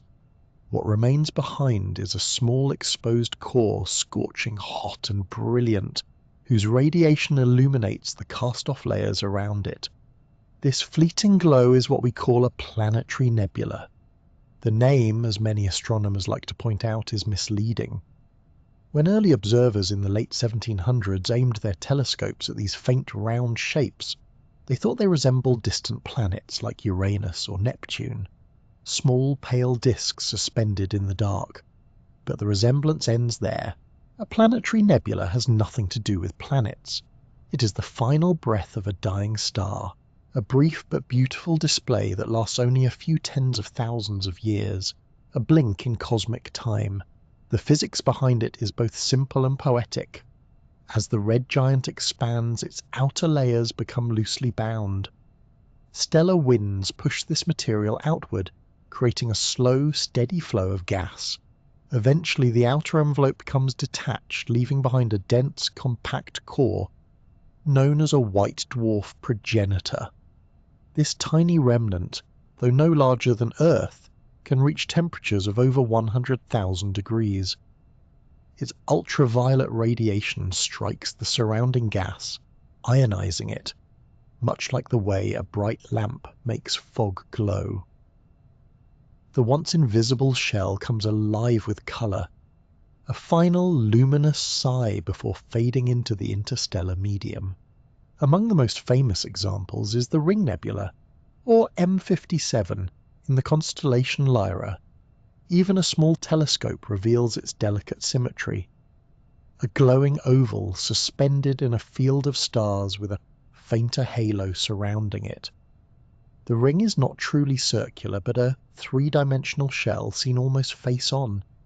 Inside, gas is expanding outward at roughly 20 kilometers per second, illuminated by the intense radiation of the dying star at its center. Different elements glow in different colors: hydrogen in red, oxygen in green, nitrogen in soft orange. Through spectroscopy, astronomers can read this palette like a code, learning the composition and temperature of the gas. It's not just a pretty shape, it's a map of stellar chemistry painted by light. The symmetry of the Ring Nebula suggests a relatively gentle end, the final exhalation of a stable star. But not all planetary nebulae go quietly. Some, like the Dumbbell Nebula M27 in Vulpecula, show more complex structures. Discovered in 1764 by Charles Messier, the dumbbell appears as two bright lobes connected by a narrow waist, resembling an hourglass, or, true to its name, a weight from an ancient gym. This shape hints at how chaotic the end of stellar life can be. The lobes may form when a star's expelled gas is funneled by magnetic fields or by a companion star in orbit, focusing the outflow into opposing directions. As a result, the nebula expands asymmetrically, creating two luminous wings of ionized gas. In the Dumbbell Nebula, the light we see comes from atoms excited by ultraviolet radiation. Oxygen emits a vivid blue-green glow, while hydrogen and nitrogen contribute red and orange hues. Together, they create a subtle blend that looks almost pastel, a soft watercolor in space. The structure is dynamic, still expanding outward as the central star cools and fades. In another few thousand years, the glow will dim and disperse, the gas merging with the interstellar medium to become the raw material for new stars. Perhaps the most haunting example of all is the Helix Nebula, known affectionately as the Eye of God. It lies just 700 light-years away in Aquarius, making it one of the closest planetary nebula to Earth. Through telescopes, it looks like a giant blue-green iris, with a faint extended halo surrounding it.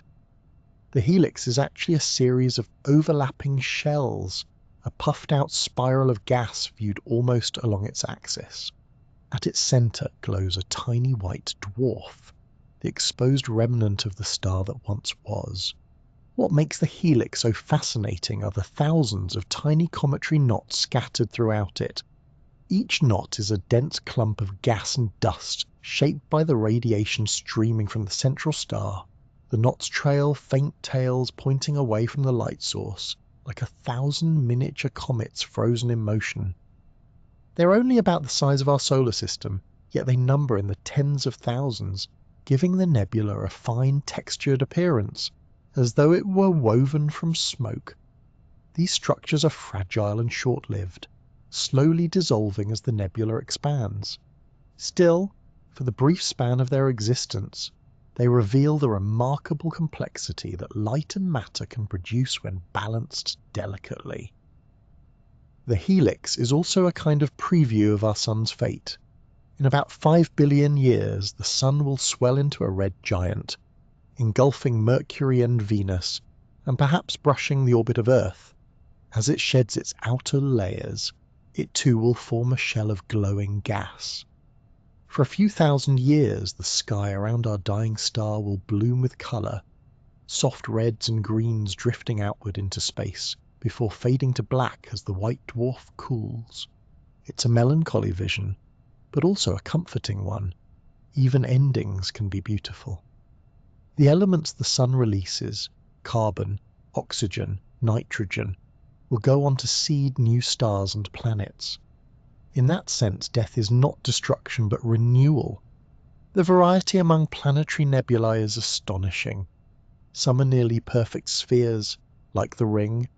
Others are elongated or even butterfly-shaped, such as the bipolar nebulae seen elsewhere in the galaxy. Their symmetry often depends on the presence of companion stars, magnetic fields, or the shape of the original stellar winds. Some show multiple shells from episodic ejections, evidence that the dying star shed its layers in pulses rather than in a single event. In every case, though, the mechanism is the same. A star breathing out its last, glowing briefly as its light fades. The colours we see in photographs are not always visible to the human eye, but they carry deep meaning. They represent different wavelengths of emission lines, each corresponding to a specific element. Astronomers use narrowband filters to isolate these lines. Hydrogen alpha for red, oxygen 3 for blue-green, sulfur 2 for orange. When combined, these layers create the vivid, dreamlike images that make planetary nebulae some of the most visually striking objects in the sky. What looks like art is, in fact, chemistry at its most elegant. Planetary nebulae also play an essential role in the galaxy's life cycle. They enrich the interstellar medium with heavier elements, ensuring that the next generation of stars and their planets, or worlds, will contain the ingredients for complex chemistry and life. Without this recycling, the universe would remain a simple place, filled mostly with hydrogen and helium. Every glowing shell of gas is a contribution to the richness of the cosmos. There's something quietly reassuring about these stellar farewells. Even as a star fades, it still leaves beauty behind. Its light continues to travel across space long after the gas has dispersed. When we point the telescopes toward the ring, the dumbbell, or the helix, we're seeing the echo of a transformation already complete. The star has let go, and in doing so it has become art. One day, far in the future, another civilization may look toward our sun's remnant and see a faint glowing ring, a final whisper of the world that was. They may even give it a name, as we have given names to these others. The ring, the dumbbell, the helix, each one a gentle monument to impermanence, a reminder that even in letting go, the universe still finds a way to shine. Not every dying star fades away in silence. Some, in their final moments, become sculptors, shaping the gas around them into extraordinary forms that defy simplicity. These are the bipolar and butterfly nebulae, objects that look less like the gentle shells of the Ring Nebula and more like explosions captured in motion. Their symmetrical wings stretch across space, delicate yet dramatic, as if a dying star had exhaled in perfect balance. They're among the most striking and mysterious of all nebula shapes, beauty born from chaos, symmetry born from collapse. At first glance, these forms seem too precise to be natural. Long, tapered lobes emerge from a bright central core, often separated by a thin dark waist. The Butterfly Nebula, NGC 6302, is one of the most famous examples. Its twin wings of gas spread out over several light years, glowing in brilliant shades of orange, blue, and gold. The central region, invisible in ordinary light, contains one of the hottest known white dwarfs, with surface temperatures exceeding 200,000 degrees. That core acts like a cosmic blowtorch, blasting the surrounding gas with radiation and shaping the nebula into a mirrored pattern that seems both fragile and fierce. The term bipolar refers to this double lobe structure, a pair of opposing outflows aligned along a central axis. Instead of expanding evenly in all directions, as one might expect from a dying star, the gas is channeled into specific paths. Something in the system, perhaps rotation, magnetic fields, or the presence of a companion star, focuses the ejected material into these narrow flows. Over time, the lobes expand and cool, creating the soft, translucent wings we see in telescope images. To understand why these shapes appear, it helps to imagine the star's last moments. As it runs out of fuel, it begins to shed its outer layers, just as in a typical planetary nebula. But in this case, the outflow isn't uniform. The star may be spinning rapidly, creating an equatorial waste, a denser band of gas and dust around its midsection. This waste acts like a dam, blocking the gas from escaping outward in the plane of rotation. The escaping material instead finds easier paths along the poles, shooting out in opposite directions. The result is a pair of jets that gradually sculpt the surrounding gas into long, hollow lobes. In some nebulae, these flows are collimated, meaning they are focused into narrow beams rather than spreading out. This focusing can happen through magnetic fields that guide the motion of charged particles, or through the gravitational influence of a companion star. The outcome is astonishing precision. Some bipolar nebulae have jets that remain straight and stable for light years, while others curve gently like ribbons caught in a slow breeze. Each pattern tells a story about the forces at play around the dying star, about rotation, magnetism, and companionship. The Butterfly Nebula shows this process in its most theatrical form. The gas in its lobes is moving at hundreds of kilometers per second, carrying with it the chemical traces of the star's final outbursts. The inner regions are rich in ionized oxygen and nitrogen, glowing brightly under the flood of ultraviolet light from the central star. Closer to the equatorial waist, dust absorbs and scatters that light, creating dark bands that slice across the nebula's glowing wings. It looks peaceful in still images, but the reality is dynamic, a storm of motion stretched across millennia. Another striking example is the Twin-Jet Nebula, or PNM2-9, which could easily be mistaken for a cosmic butterfly in flight.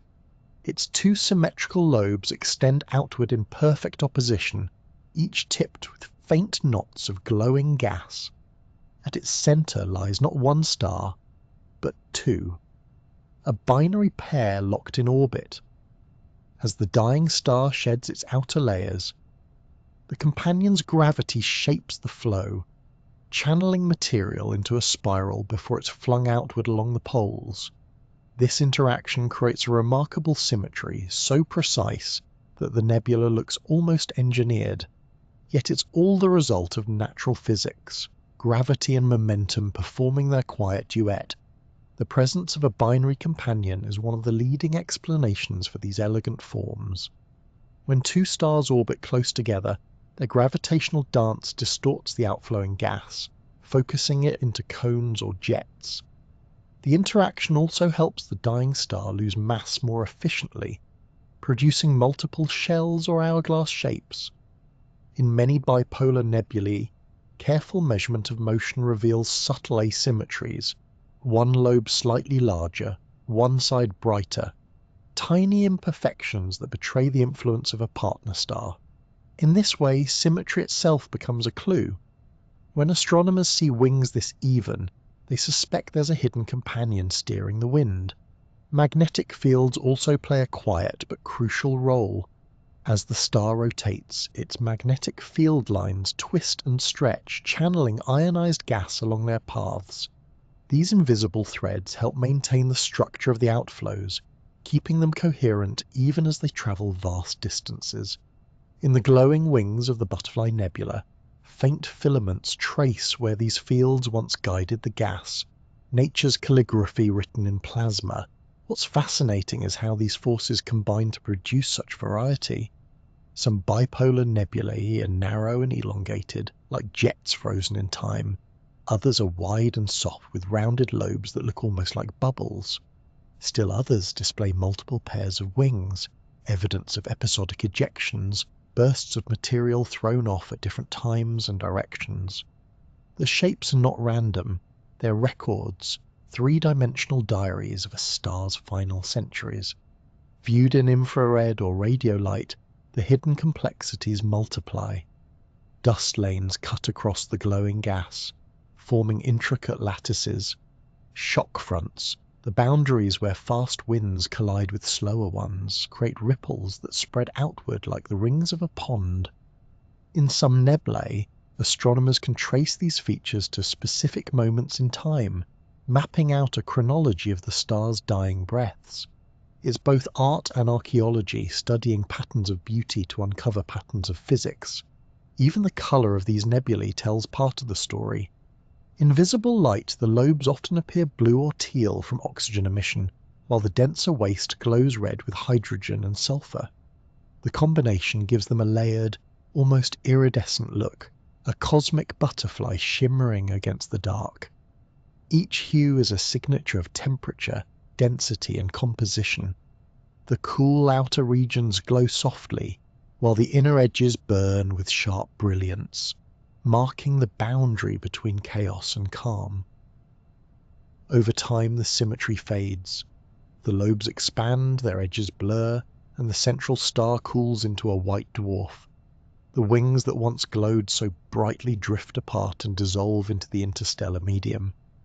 Yet for the short time they exist, it's perhaps 20,000 years no more, they remind us how intricate the universe can be, even in its farewells. If you could drift slowly through one of these nebulae, the view would be astonishing. A bright core ahead, twin arcs of colour curving outward on either side, and thin filaments spiralling away like strands of silk. Every direction would lead to balance, every motion mirrored somewhere else. It's a scene that feels purposeful, even though it's born entirely from physics, the result of forces seeking equilibrium. There's something soothing about this cosmic symmetry. It suggests that even in collapse, the universe strives for order.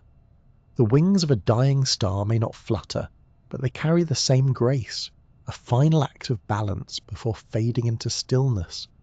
The butterfly shape is no accident of imagination. It's the geometry of farewell, written in light and motion, unfolding slowly in the quiet of space. Nearly 1,000 years ago, in the summer of 1054, a new light appeared in the sky. It was bright enough to be seen in daylight, casting shadows at night and startling the people who watched the heavens closely. Chinese and Arab astronomers recorded it carefully, noting that it stayed visible for weeks before fading. What they were seeing was the death of a massive star, a supernova, so luminous that it briefly rivaled the moon. When the light finally dimmed, the star was gone, replaced by a faint, ghostly cloud. Today, we call that remnant the Crab Nebula, catalogued as M1, the first entry in Charles Messier's famous list of celestial curiosities. To the eye of a telescope, the crab looks like a tangled web, filaments of glowing gas woven into a delicate network, expanding slowly into the darkness. It is both chaotic and organized, a burst of energy frozen in mid-motion. The explosion that created it released more power in a few seconds than the sun will emit in its entire lifetime, and yet what remains now feels almost gentle, a lacework of colour adrift in space. The nebula is still growing, its tendrils stretching outward at nearly 1,500 kilometers per second, a silent expansion that continues nearly a millennium after the blast. At its core lies something extraordinary, the collapsed heart of the original star, now transformed into a neutron star only about 20 kilometers wide.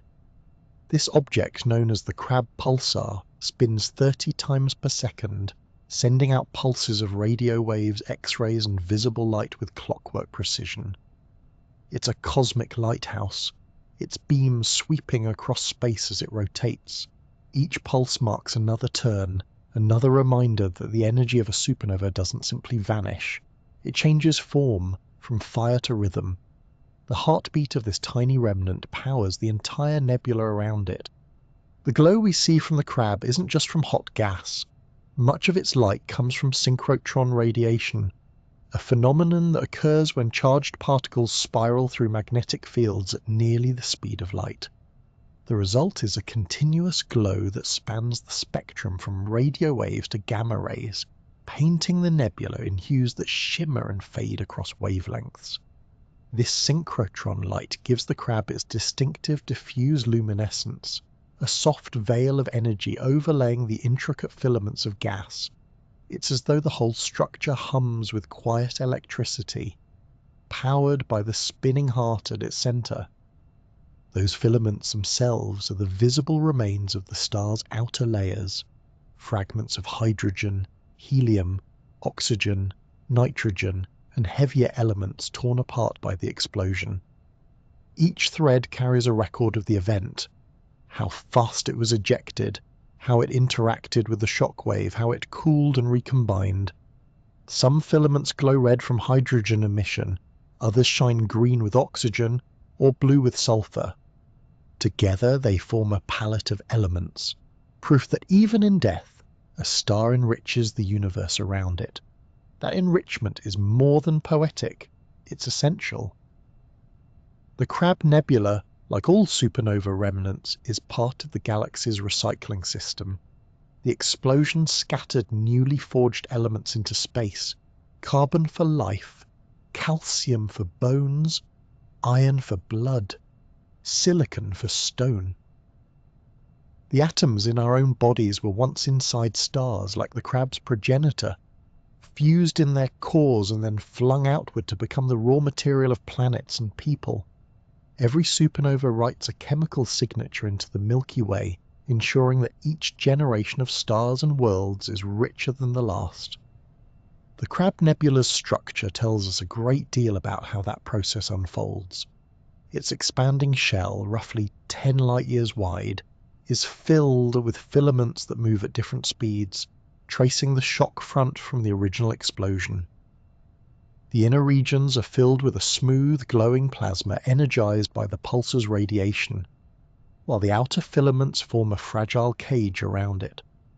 Astronomers can measure the motion of these threads directly, comparing old photographs to modern ones, and watching the faint drift of each wisp year by year. It's one of the few places in the sky where the passage of time is visible. If the crab seems calm now, that's only because we're seeing it through the lens of patience.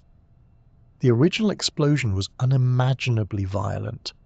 When the star's core collapsed, gravity crushed matter so tightly that protons and electrons merged into neutrons, creating a sphere of pure nuclear density. The shock wave rebounded outward, blasting the outer layers into space and igniting a burst of radiation that briefly outshone the entire galaxy. Yet even that fury wasn't wasteful. It was the universe's way of redistributing its ingredients. What looked like destruction was simply transformation. In the center of the nebula, the pulsar wind, a steady outflow of high-energy particles, keeps the entire structure glowing. This wind pushes against the surrounding gas, forming ripples and knots that change over time. Images taken just years apart show wisps moving outward from the core, almost like waves expanding across a pond. The pattern is mesmerizing, a continuous interplay between the pulsar's magnetic field and the nebula gas, shaping and reshaping the filaments. The crab is not static, it's alive with motion, though on timescales that are both swift and slow. Astronomers studying the crab use it as a laboratory for physics under extreme conditions. The magnetic fields near the pulsar are trillions of times stronger than Earth's. The rotation is so fast that a single teaspoon of its material would weigh 1 billion tons. Yet for all that intensity, the Crab Nebula remains a source of calm fascination rather than drama. It is the very definition of controlled chaos, the energy of a cosmic catastrophe slowed and softened into a sculpture of light. Viewed through different instruments, the nebula reveals new faces. In radio waves it appears vast and diffuse, tracing the synchrotron glow of electrons moving through magnetic fields. In optical light we see the detailed filaments, twisting and branching like veins. In X-rays, the pulsar dominates, surrounded by a compact, high-energy torus, a luminous donut of radiation that marks the inner engine. Each wavelength tells part of the story, and together they form a complete portrait of stellar death turned into art.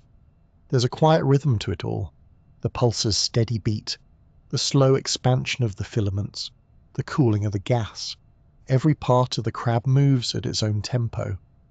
The result is a kind of cosmic music, played across scales of time and energy that defy human sense, but feel intuitively harmonious. The nebula may look fragile, but it carries within it the power of 1,000 suns and the memory of an ancient explosion witnessed by humankind long before telescopes existed. To gaze at the crab is to see both the past and the future. The light we see tonight began its journey nearly 7,000 years ago, long before that final flash reached Earth in 1054. The explosion had already happened, its debris was already spreading across the galaxy, and long after the pulsar's heartbeat finally slows, the elements it cast into space will drift onward, forming new clouds, new stars, and new worlds. So the Crab Nebula is not a symbol of destruction, but of continuity. A star's death becomes a nebula's birth. A brief flash becomes a long, lingering glow. The pulsar's ticking is not an ending, but a metronome, a reminder that even in the silence of space the rhythm of creation continues. It's the universe taking a deep breath after a great outburst, and then exhaling softly into eternity. When a massive star dies in a supernova, the explosion is brief, a few heartbeats of unimaginable power. But its aftermath lingers for tens of thousands of years, spreading outward like ripples from a stone dropped into still water. Over time, those ripples cool and thin until they become translucent waves of colour, glowing faintly where shock fronts meet interstellar gas. Two of the most beautiful examples of this cosmic embroidery are the veiled nebula in Cygnus and the Vela supernova remnant in the southern sky. They are what happens when the universe decides to turn an explosion into art. The Veil Nebula lies about 2,400 light-years away, and it's all that remains of a star that exploded somewhere between 5 and 10,000 years ago. Today, what we see is not a solid shell, but a lacework of filaments, thin sheets of gas seen mostly edge-on. Each filament is a shock front, where the expanding blast wave from the supernova plows into the surrounding interstellar medium. The collision compresses and heats the gas, stripping electrons from atoms and causing them to glow in vivid colours. In photographs, these filaments resemble fine silk threads stretched across space, red from hydrogen, green from sulfur, blue from oxygen, all delicately layered against the blackness. It's easy to forget that these glowing curtains are enormous. The entire Veil complex spans more than 100 light-years across, about 10 times the distance between the Sun and its nearest stellar neighbour. Yet its features are so thin that in places they are only a fraction of a light-year wide, like smoke frozen in time. The most famous portions have their own names: the Eastern Veil, a rippling arc like a pale flame, the Western Veil, known also as the Witch's Broom, and Pickering's Triangle, a tangle of luminous threads that looks less like destruction and more like cosmic calligraphy. What we're really seeing is shock physics written in colour. As the supernova's shock wave moves through space, it compresses the gas ahead of it to millions of degrees, exciting atoms until they emit light. Where we look directly into the front, the emission appears diffuse and soft. Where we see it edge on, the view sharpens into fine filaments. The different colours correspond to different temperatures and atomic species. Hydrogen glows red, oxygen blue-green, sulfur orange, the nebular equivalent of embroidery threads, each hue recording a specific energy. In a sense, the universe does embroidery, sewing together speed, heat, and chemistry into something quietly intricate. The Veil's beauty also lies in its motion. Though it seems still, astronomers can detect its slow expansion even within a human lifetime. By comparing images taken decades apart, they can watch the filaments drift outward, the whole structure gradually ballooning into space. In another few thousand years, the threads will fade as the gas cools and mixes with the interstellar medium, its once distinct pattern merging back into the fabric of the galaxy. But for now, we catch it mid-stitch, the delicate phase where energy and elegance coexist. Farther south, in the constellation Vela, lies another supernova remnant, older, closer, and even grander in scale. The Vela supernova remnant sprawls across an area of sky more than 8 times wider than the full moon. At a distance of only about 800 light-years, is one of the nearest supernova remnants to Earth, though it's faint enough that its full extent can only be seen in long exposures. What the telescope reveals is a chaotic tangle of filaments and arcs, overlapping and interwoven, the aftermath of a massive star that exploded roughly 11,000 years ago. The Vela remnant is so large and diffuse that it can be hard to take in as a single object. Its edges curl into looping arcs, some bright, some barely perceptible. In places, they overlap with other remnants, such as the Gum Nebula, creating layers of texture that make the region look almost three-dimensional. The filaments here glow for the same reason as those in the Veil. They mark the shock fronts where the expanding debris from the explosion slams into surrounding gas. But because Vela is closer, we see its structure in greater detail. Bright knots, ripples, and faint wisps that trace the flow of energy outward from the invisible centre. At that centre lies the Vela pulsar, the compact neutron star left behind by the original supernova. It spins 11 times per second, emitting pulses of radio waves and gamma rays. The energy it releases helps keep the nebula glowing, but it's a quieter engine than the one in the Crab Nebula. Its rhythm is steady, its output subdued, a cosmic heartbeat that continues to tick long after the explosion has faded. Around it, the gas and dust expand slowly into space, each filament a thread of history stretching back 10 millennia. One of the remarkable things about remnants like Vela and the Veil is how different they appear from their explosive origins. A supernova is a moment of violence, a flash that outshines entire galaxies for a brief time. Yet what follows is soft, structured, and patient. The shockwave moves outward, but its front is thin and uneven, shaped by the texture of the interstellar medium it encounters. Dense pockets of gas slow the wave, empty regions let it race ahead. The result is a web of folds and curls, much like wind blowing through thin fabric. The physics may be fierce, but the outcome is grace.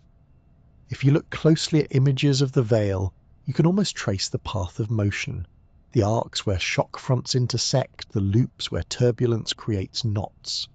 Each line marks the boundary between fast-moving hot gas and slower, cooler material.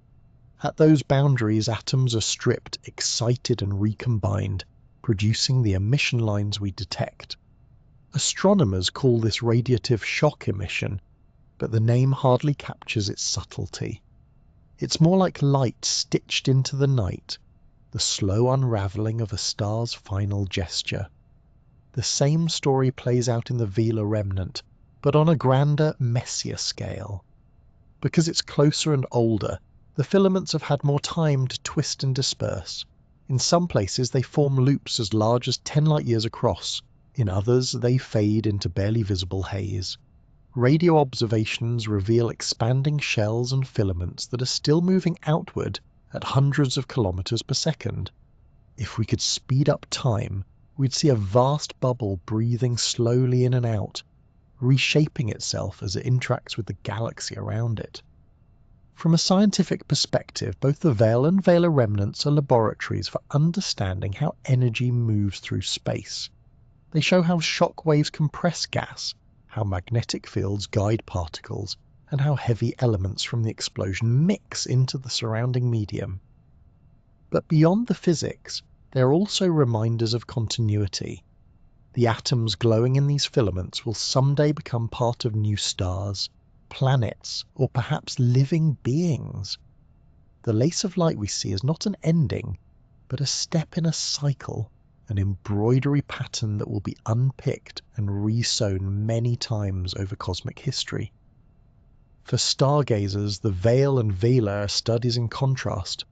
The Veil, delicate and narrow, seems like a veil in motion, fine, fragile and distant.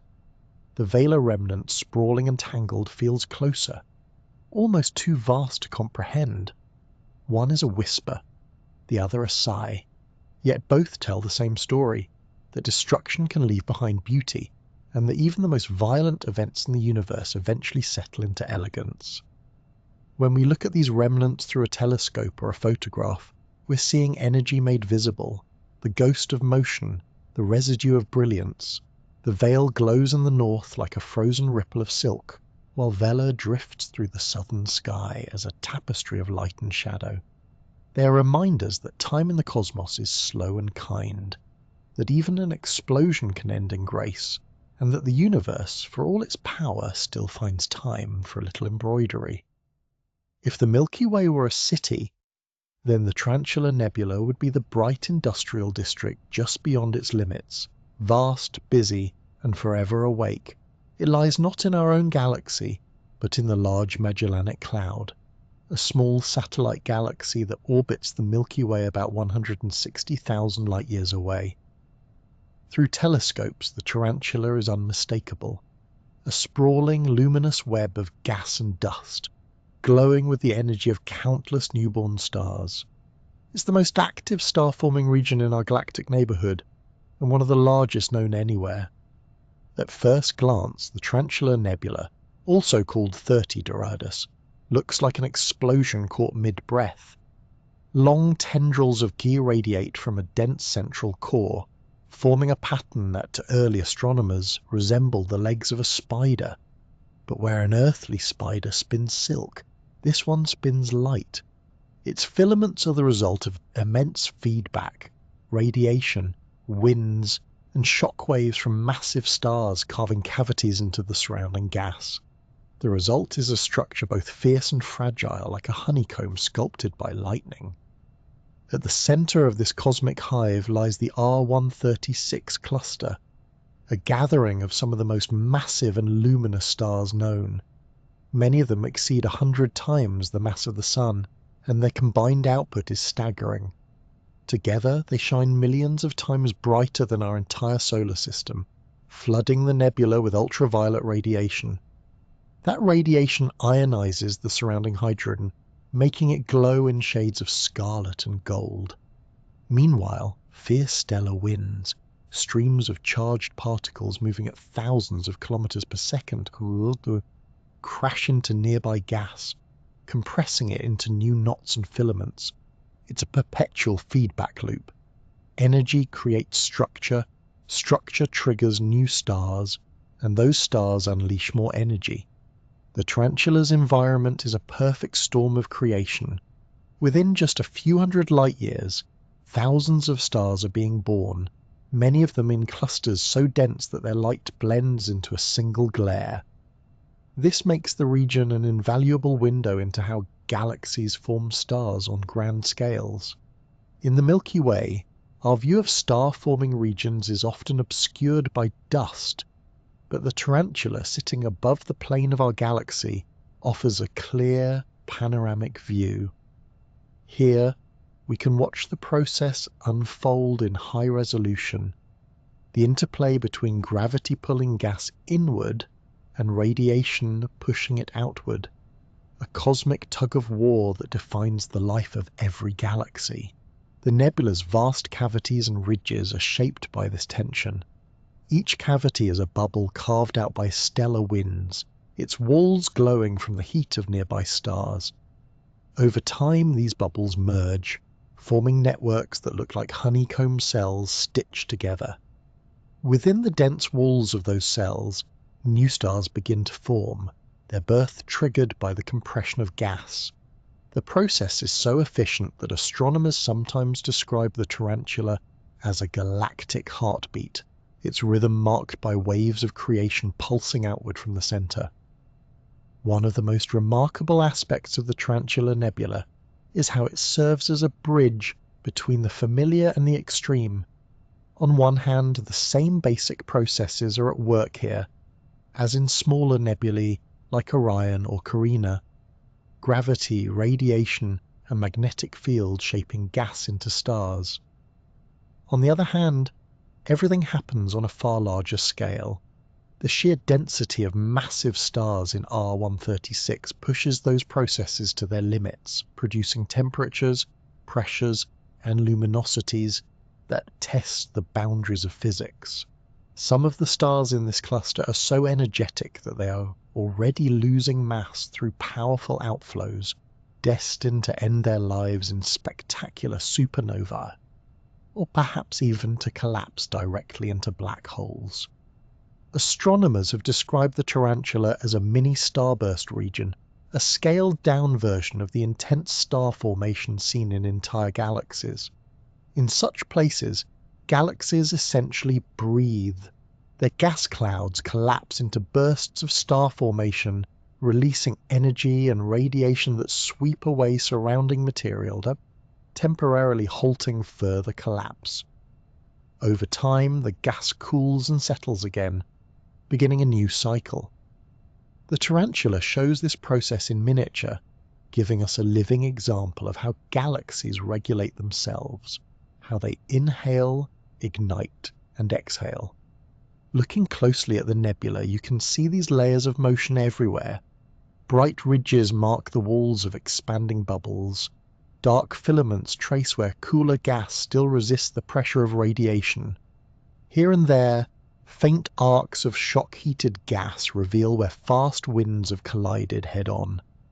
The entire region hums with invisible energy, radio waves, X-rays, and ultraviolet light all blending into a single quiet roar of activity. To the human eye, it appears serene, but the tarantula is anything but calm. It's a stellar nursery in overdrive, a place where gravity and energy race each other to the finish line. The tarantula's influence extends far beyond its own boundaries. The collective outflows from its stars drive vast streams of material into the surrounding galaxy, enriching it with heavier elements and stirring the interstellar medium. This feedback shapes how the Large Magellanic Cloud evolves, much as similar regions have sculpted the Milky Way over time. In this way, the tarantula acts as both an artist and an engineer, decorating its surroundings with beauty while quietly redrawing their structure. When we observe it from Earth, we are looking back in time by 160,000 years, long before humans began to record history. The light we see tonight left when our ancestors were still learning to paint on cave walls. In that sense, the tarantula is a time capsule, preserving a moment in the life of another galaxy. Yet it's also a mirror. By studying it, astronomers learn how our own galaxy once looked, when regions like Carina and Orion were still in their prime. Every bright knot and filament tells us something about the way the Milky Way formed its stars and continues to evolve today. In the heart of the tarantula, the R136 cluster stands as a testament to what gravity can do when left unchecked. The combined winds from its stars are powerful enough to shape an entire region of space more than 1,000 light-years across. The cluster itself is less than 2 million years old, a blink in cosmic terms, and yet it has already begun to change its environment. The ultraviolet light streaming from its members ionizes the surrounding hydrogen, turning it into a glowing sea of plasma. Within that sea, new stars continue to emerge, forming smaller groups that orbit and interact like eddies in a river. For astronomers, the Tarantula Nebula is both a laboratory and a storybook. It shows in exquisite detail how stars form, interact, and eventually reshape their surroundings. But it also tells a larger story about the rhythm of galaxies, about how energy and matter cycle endlessly between clouds and stars. The same laws that govern this colossal region also govern the faint patches of gas scattered through our own Milky Way. By studying something so far away, we come to understand what's happening right next door. In a few million years, many of the massive stars in the tarantula will explode as supernovae, just as others did before them. Those blasts will send ripples through the nebula, compressing new gas and sparking another wave of star formation. The pattern will continue generation after generation as the Large Magellanic Cloud slowly evolves. From a distance it will appear as a steady glow, but up close it's a living, breathing system, a galactic lung inhaling and exhaling through the language of light. So when we gaze at the tarantula, we're not just looking outward, we're looking homeward too. The same processes that light up that faraway galaxy once shaped the Milky Way, and one day they will shape it again.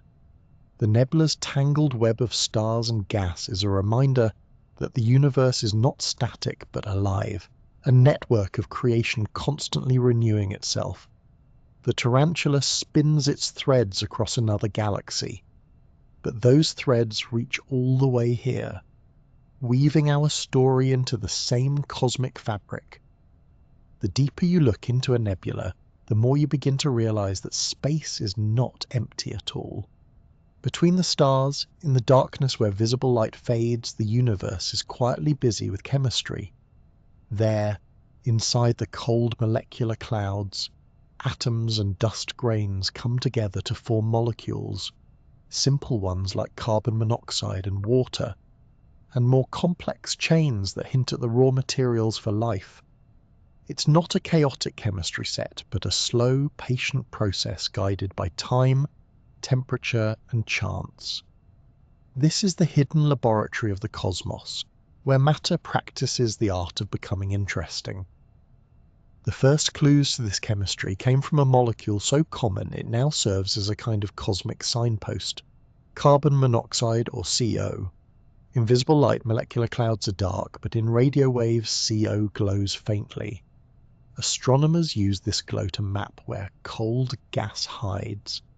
Hydrogen, the most abundant element in the universe, is hard to detect directly at such low temperatures. Its molecules are nearly invisible. But carbon monoxide, with its gentle rotational transitions, radiates at wavelengths that radio telescopes can easily pick up. So when astronomers trace CO, they're really tracing hydrogen by proxy, sketching the outlines of the cold reservoirs where stars will one day form. The picture that emerges is beautiful in its understatement. Vast clouds of molecular gas, quietly drifting through spiral arms, their interiors cold enough for atoms to stick together. At temperatures just a few dozen degrees above absolute zero, collisions between particles are rare but meaningful. Hydrogen binds with oxygen to form H2O. Carbon meets oxygen to make CO and CO2. And on the surfaces of tiny dust grains, new reactions begin. Slow-motion chemistry happening one atom at a time. These grains are the countertops of the interstellar kitchen, and each one carries a thin coating of ice mantles, composed of frozen water, carbon dioxide, ammonia, and methanol. Within those icy shells, the chemistry becomes surprisingly complex. When ultraviolet light or cosmic rays strike the ice, they break molecular bonds, allowing the fragments to recombine into new arrangements. Over millions of years, this quiet photochemistry can produce organic compounds, alcohols, simple sugars, and long carbon chains. These are not yet the molecules of life, but they are the first whispers of possibility. Meteorites that fall to Earth still carry some of these same compounds, fossilized relics of the chemistry that happened long before the sun was born. In the infrared, these molecules reveal themselves through faint, distinctive signatures, patterns of absorption and emission that act like fingerprints. Among the most intriguing are the polycyclic aromatic hydrocarbons, or PAHs. These are flat, ring-shaped molecules made of carbon and hydrogen, similar in structure to the soot from a candle flame. They form wherever carbon-rich gas cools, in the envelopes of dying stars, in the interstellar medium, even in the outflows of galaxies. When ultraviolet light hits them, they fluoresce, releasing energy at specific wavelengths in the mid-infrared. The result is a set of glowing bands that astronomers can identify across the cosmos. These PAH bands are so reliable that they're used as tracers for star formation. Where they glow, young stars are often nearby, their ultraviolet radiation stirring the molecular gas around them. The presence of these aromatic molecules also links the story of stars to the chemistry of life. On Earth, similar carbon ring structures form the backbone of many biological compounds. The idea that the same kinds of molecules drift between stars gives a comforting sense of continuity, a hint that nature may follow similar recipes everywhere it can. Because much of this activity happens deep inside cold clouds, ordinary optical telescopes can't see it. Visible light simply doesn't make it through the dust. But in infrared and radio, the darkness opens. The wavelengths are longer, allowing them to slip through the fine grains that block shorter light. That's why observatories like Spitzer, ALMA, and the James Webb Space Telescope have become the chemists' instruments of choice. They don't look for shapes or colours, they listen for vibrations, for the faint hum of molecules stretching and twisting in the cold. Each frequency corresponds to a specific chemical bond, so by reading the light, astronomers can identify what's out there, molecule by molecule. When Spitzer mapped the Milky Way in the mid-infrared, it revealed an unexpected richness, glowing bands of PAHs tracing the spiral arms like neon lights. ALMA, the Atacama Large Millimeter/Submillimeter Array, took things further, detecting complex organic molecules in the disks of young stars, methanol, formaldehyde, even ethyl alcohol. And now the James Webb Space Telescope is bringing those same regions into focus with unprecedented clarity, showing icy grains and molecular emissions in fine detail. What was once a black void has become a vibrant, whispering world, full of signals waiting to be decoded. The chemistry of these clouds is slow, but it's relentless. Over millions of years, simple molecules give rise to more intricate ones. Dust grains act as catalysts, allowing reactions that would never occur in the thin gas of space to happen on their surfaces. When a new star forms, its heat evaporates the surrounding ice, releasing those accumulated molecules back into space. Some are destroyed, others reform in new combinations. The material then mixes into new generations of clouds, spreading its chemical heritage across the galaxy. It's easy to think of this as kind of cosmic alchemy, the slow transformation of simplicity into complexity. Hydrogen, helium, and a pinch of carbon are all that's needed to begin. But through endless repetition, the universe builds molecules that can store energy, absorb light, and eventually in the right places participate in biology. Each molecule is a tiny milestone on that journey. Water freezes and melts, methanol condenses, ammonia mixes, and carbon chains lengthen, forming the molecular scaffolding that might one day host living chemistry. In many nebulae, these molecules glow faintly in infrared light, like embers beneath the visible fire of starlight. The famous Orion Nebula, for instance, is filled not only with young stars but also with rich molecular gas and glowing PAH bands. Viewed through an infrared telescope, its dusty clouds become translucent, revealing intricate filigrees of emission that mirror the dance of molecules at work. It's the same in the dark clouds of Taurus and Ophiuchus, where star formation is just beginning, places invisible to the naked eye but alive in the infrared, full of chemical promise. What's particularly fascinating is how much of this chemistry happens without any direct human intuition.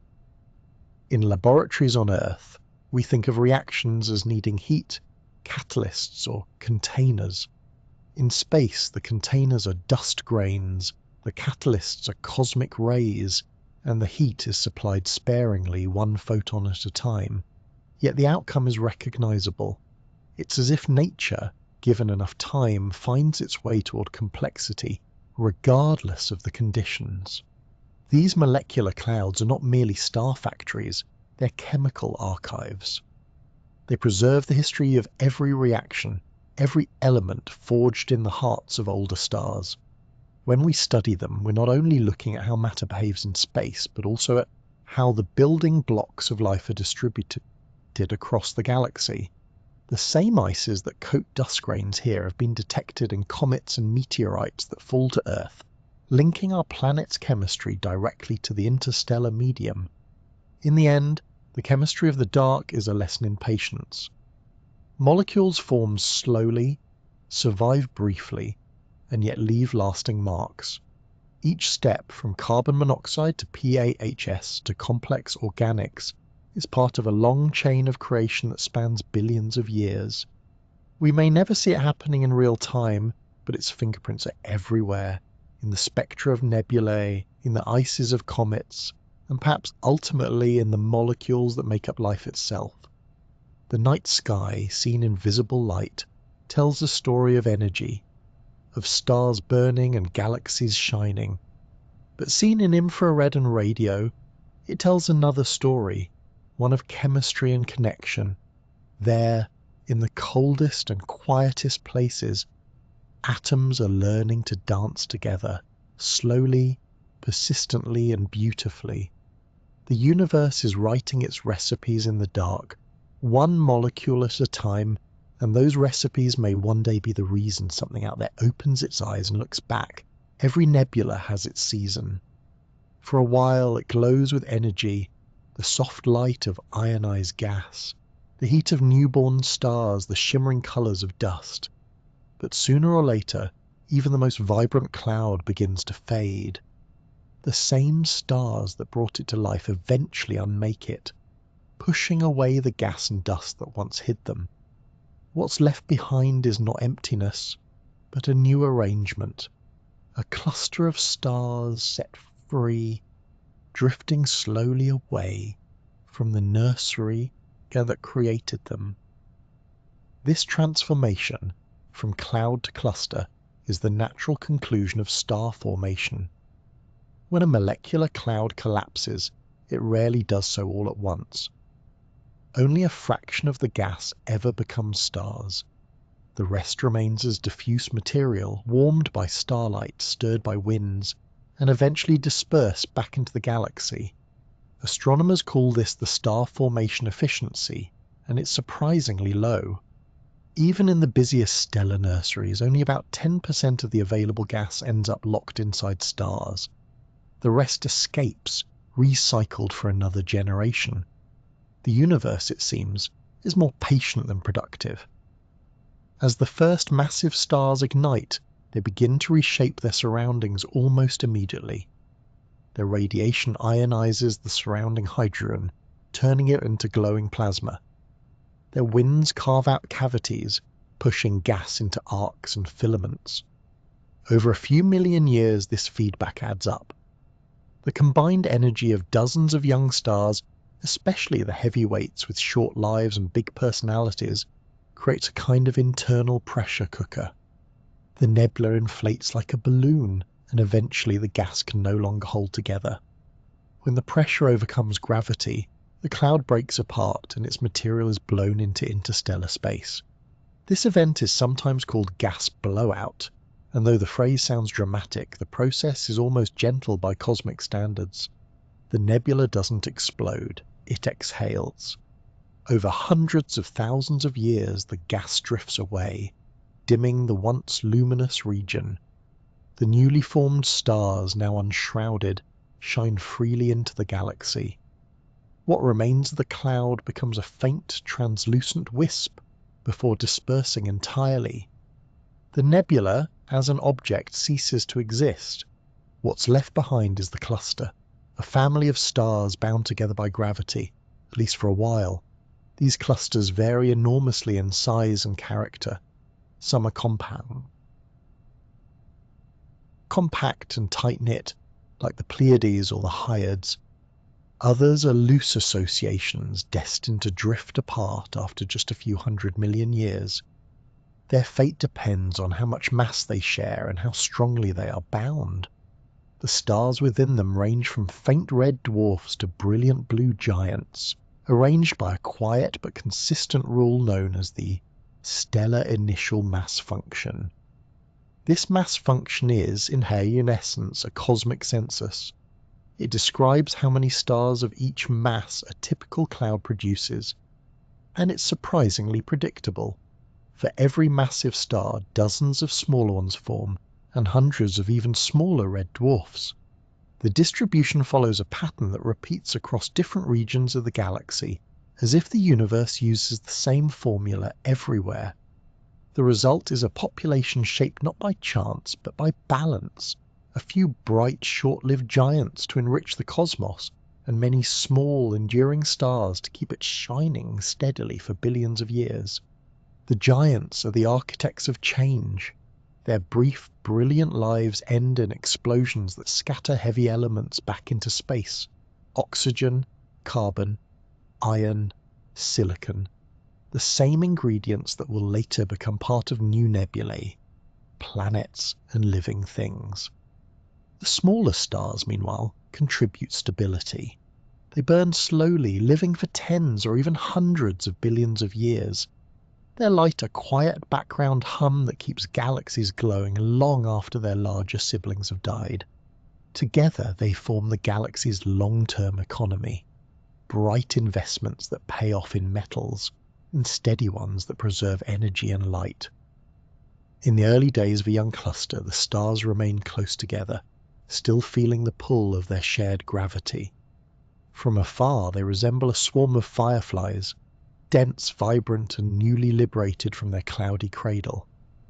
But time and motion have no sympathy for permanence. As the cluster orbits the galactic center, tidal forces stretch and scatter it. Encounters with other stars or clouds can disturb its balance, and little by little, members drift away. After a few 100 million years, only a faint trace of the original group remains. The stars continue their journeys alone, scattered across the galaxy like seeds on the wind. It's easy to think of this dispersal as an ending, but in truth, it's just another turn in the cycle. The gas that was expelled during the nebula's blowout doesn't disappear. It becomes part of the interstellar medium, the vast reservoir of diffuse material that fills the galaxy. Over time, supernova shocks, stellar winds, and galactic tides stir this gas, compressing it in places, thinning it in others. Eventually, new clouds form, denser, cooler, and ready to begin the process again. The death of one nebula becomes the birth of another. In this sense, the galaxy functions like a vast recycling system. Nothing is truly lost, only transformed. The efficiency of this system is remarkable. When a star dies, the heavy elements it releases enrich the gas around it, altering the chemistry of the next generation of stars. Each cycle leaves the galaxy slightly more complex, richer in metals, dust, and potential. Early stars in the Milky Way were composed almost entirely of hydrogen and helium, but each successive wave of star formation has added new ingredients. The clouds that form today are filled with the debris of countless earlier generations. In a very real sense, every atom in your body was once part of this endless loop, born in a star, scattered in a nebula, and eventually gathered into something new. When the gas disperses and the light fades, the beauty of the nebula doesn't vanish, it migrates. It lives on in the glow of stars that were once hidden inside it, in the subtle metals that color their light, and in the molecules drifting between them. The clouds may dissolve, but their story continues in every corner of the galaxy. The bright arcs of the Orion Nebula, the filaments of Carina, the faint tendrils of the rosette, all of them are chapters in the same ongoing narrative, the slow exchange of matter between darkness and light. Over billions of years, this process has built everything we see. Galaxies evolve not through sudden events, but through steady cycles of creation and dispersal. Each phase, cloud, cluster, dispersal, feeds the next. Some regions flare with activity, while others rest in quiet between bursts. It's not unlike breathing. The galaxy inhales gas to form stars, exhales energy to spread it back out, and repeats the motion endlessly, balancing growth and renewal. To watch a nebula fade is to witness that breath in reverse. The brilliant light dims, the colors soften, and the gas recedes into the night. Yet what seems like loss is really transformation. The same atoms that once glowed red in hydrogen emission may someday blaze inside a new star or shimmer in the atmosphere of a distant planet. The matter never stops moving, it only changes address. Even the clusters themselves carry echoes of their origins. Many of the bright stars we see in the night sky, Sirius, Vega, Altair, once belonged to clusters that have long since dissolved. Their siblings are scattered across the galaxy, invisible to the naked eye but traceable through their shared chemistry and motion. The stars remember, even if the nebula does not. And so the circle closes. Gas becomes stars. Stars reshape the gas. The remnants drift and reform. The galaxy is a living system, not static but ever-renewing.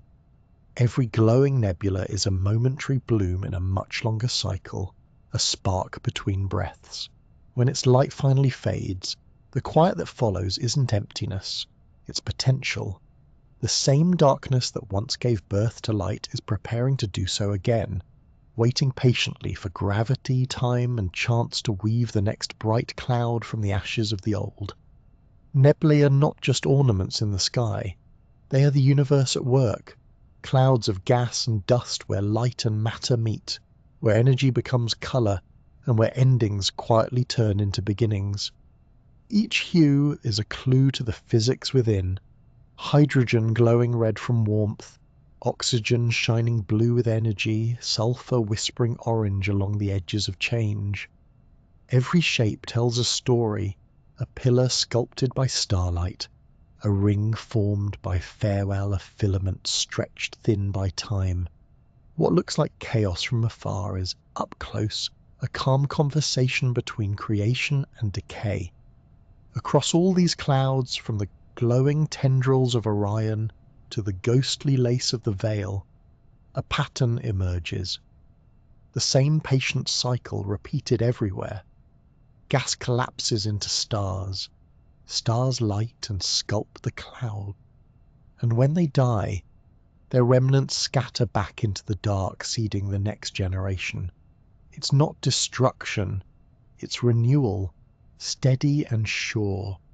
Nebulae are how the universe tidies itself, sweeping up old light, folding it into new forms, and keeping the galaxy breathing. Perhaps that's the quiet comfort they offer. Even in the grandest scales of time, nothing is wasted. What fades will return. What burns away will glow again, reshaped and reborn. The universe is always cleaning up after itself, polishing the dust, rearranging the stars, and starting fresh. So as the last light of this journey drifts away, let your thoughts slow with it. Picture those soft clouds floating in silence, light rippling through mist, colours blending, stars gently forming and fading. The night is patient, the cosmos is calm, and somewhere out there another nebula is beginning to breathe. If you'd like to keep wandering softly through the universe, you might enjoy other calm explorations here on The Sleepy Scientist.